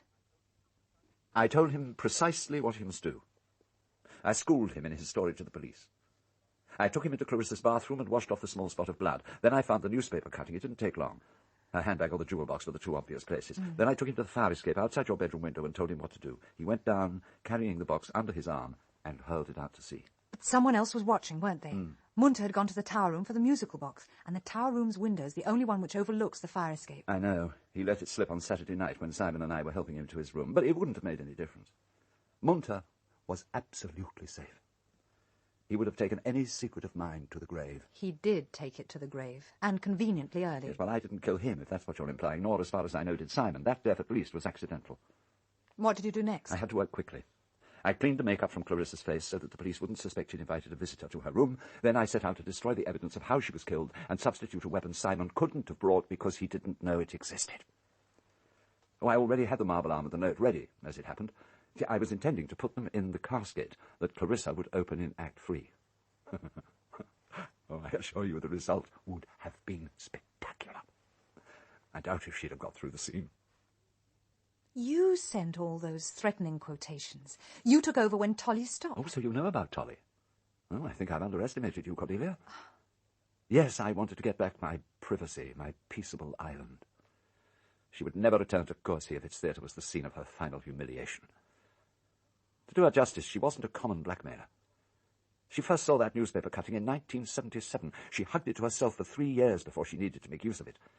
It was bad luck that the restoration of my theatre and the crisis in her career coincided. Suddenly there was something she wanted of me, and she had the means to get it. And Simon conveniently provided a permanent solution to your problem. I hope it's a solution. You know, it's not going to be possible to shield him for much longer. He's beginning to drink, you must have seen it. And he's making mistakes. That gaff which Roma noticed, for example. How could he have known what the jewel box was like if he hadn't seen or handled it? And there would have been others. I liked the boy, but I was wrong about him. He hadn't the guts to see this through. Would have been. You liked the boy. Where is he? Where is Simon? I told you. In his room, as far as I know. No, he's not. Where is he? Dear God, what have you done? Simon? Simon? Simon? Simon? Simon! Simon! Simon? Simon! Simon! Simon! Down here! Simon, what's happened? Ambrose told me I'd be in prison for the rest of my life. That or Broadmoor. I can't face that. I came to the Devil's Kettle. This is the best thing. Where's the key to those handcuffs? What have you done with the key? I chained myself to the top rung of the ladder and dropped it. I heard it hit the water. That was half an hour ago. The water wasn't even over my ankles. Leave me alone, Cordelia. This is the best way. Leave me alone. There's not much time. We have about another 5 minutes at the most. Watch out. I'm coming down. I can't stand it, Cordelia. Prison. Broadmoor. I can't stand it. You lied, Simon. Ambrose lied. Manslaughter isn't murder. You didn't mean to kill her, and you aren't mad. Cold. The water's icy. Show me, Simon. Exactly where did you drop that key? Show me! About here. I held out my right hand like this. Right. Then I let it fall. You hold on. And wish me luck.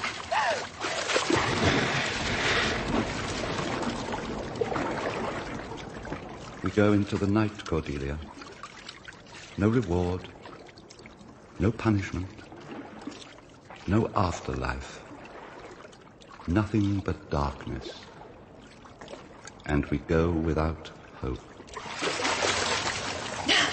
Got it! Keep your head high! I'm not worth it. I was there when Monta fell in. I could have saved him. I ran away. I pretended I hadn't seen. I'm not worth it, Cordelia. Don't think about that now. We've got to get you out of here. Now, if I can reach your hand... There. Now then. I'm so sorry, Cordelia. Oh, no. Oh, no. Please, God, no. Open the trapdoor! Open it! This is it. We're done for, aren't we? Perhaps. There's still a chance. We can swim for it. Come on, Simon, while there's still air enough. Now, you go first. I'll be behind you. Ready? Now!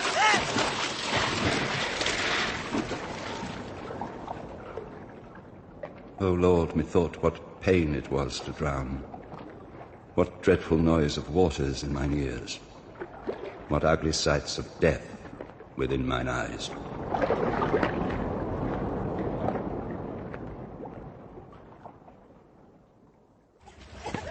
Got it. Come on. In you go. Oh, take it easy, girl. Oh, lucky for you, I was still here. You saved my life. Oh, saved you a bit of a swim, that's all. You'd have made it. There are two of us. There's the boy with me. We've got to find him. Huh? Well, no sign of anyone else. He might be here somewhere. He's a strong swimmer. All right, I'll try. Well, you go into the cabin and get warm. Are you sure that the trapdoor was bolted? Did you try to lift it? At first, but I knew it was no good. I heard the bolt shoot home. You were frightened and cold. It might have fallen accidentally. It didn't. You understand the importance of what you're saying? Of course. We'll need to take you back there.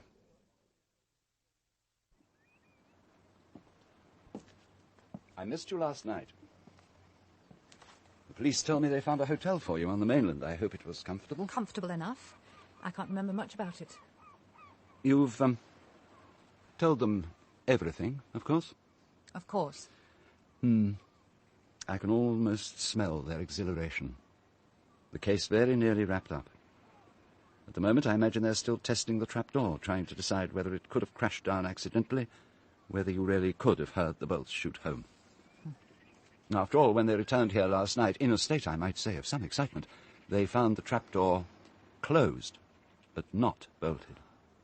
And I don't think they'll get any identifiable prints from the bolts, do you? You killed Simon, and you tried to kill me. Me? My life counted for less than your comfort, your possessions, your private world. But it isn't true. No one tried to kill you, Cordelia. No one shot back those bolts. When you climbed down to Simon, you didn't prop it up completely. It fell. You were terrified, cold and exhausted. You hadn't the strength to shift it. And what about the motive? The photograph in the Chronicle? What photograph? Oh, don't tell me you haven't discovered that it's missing from your shoulder bag. The woman I borrowed it from will remember. She'll tell the police. And even if they manage to locate another copy, which is doubtful, what will one 10-year-old smudged newspaper photo prove? Simon Lessing is dead. He killed himself after killing Clarissa. He confessed that to me before he disappeared. He fractured her skull, and he beat her face to a pulp in his hatred and disgust. Last night, unable to face what he'd done, he tried to kill himself. Despite your heroic attempt to save him, he succeeded. That is my story, and nothing you choose to fabricate can disprove it. I won't yield an inch, now or later. I suppose if you opt out long enough from human concerns, from human life with all its messiness, you opt out also from human pity. Your visit to Corsi Island was not as happy as I would have hoped. I wish it could have been otherwise. I'm sorry, Cordelia. Truly sorry. Please forgive me. Oh, Miss Gray, I do hope it's all right calling you. I wondered when you'll be coming home. There's a new case. It's terribly urgent. A lost Siamese kitten. It belongs to a child just out of hospital. She's only had it a week. She's dreadfully distressed. And Mrs. Sutcliffe's just rung. Her Pekingese, Nanky Poo, is lost again. She wants someone to go round at once. Lock up and start looking for the kitten. Ring Mrs. Sutcliffe and tell her I'll call round this evening about Nanky Poo. I'm catching the afternoon train after the inquest. Bye. Back to your lost kittens, Miss Gray. A bit of a come-down. Oh, I don't know. Animals don't burden you with their psychological problems, nor surround themselves with possessions, nor scream with pain at the loss of love. They don't expect you to die for them, Chief Inspector, and they don't try to murder you.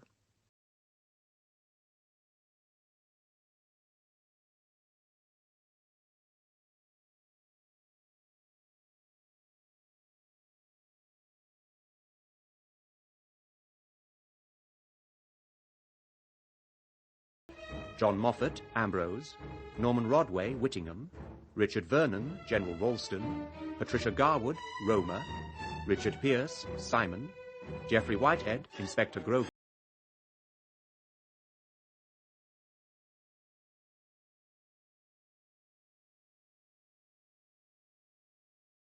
Miller, Beswick, John Warner, Hasking, Joan Matheson, Lucy Costello, and Marcia King, Miss Maudsley. The Skull Beneath the Skin,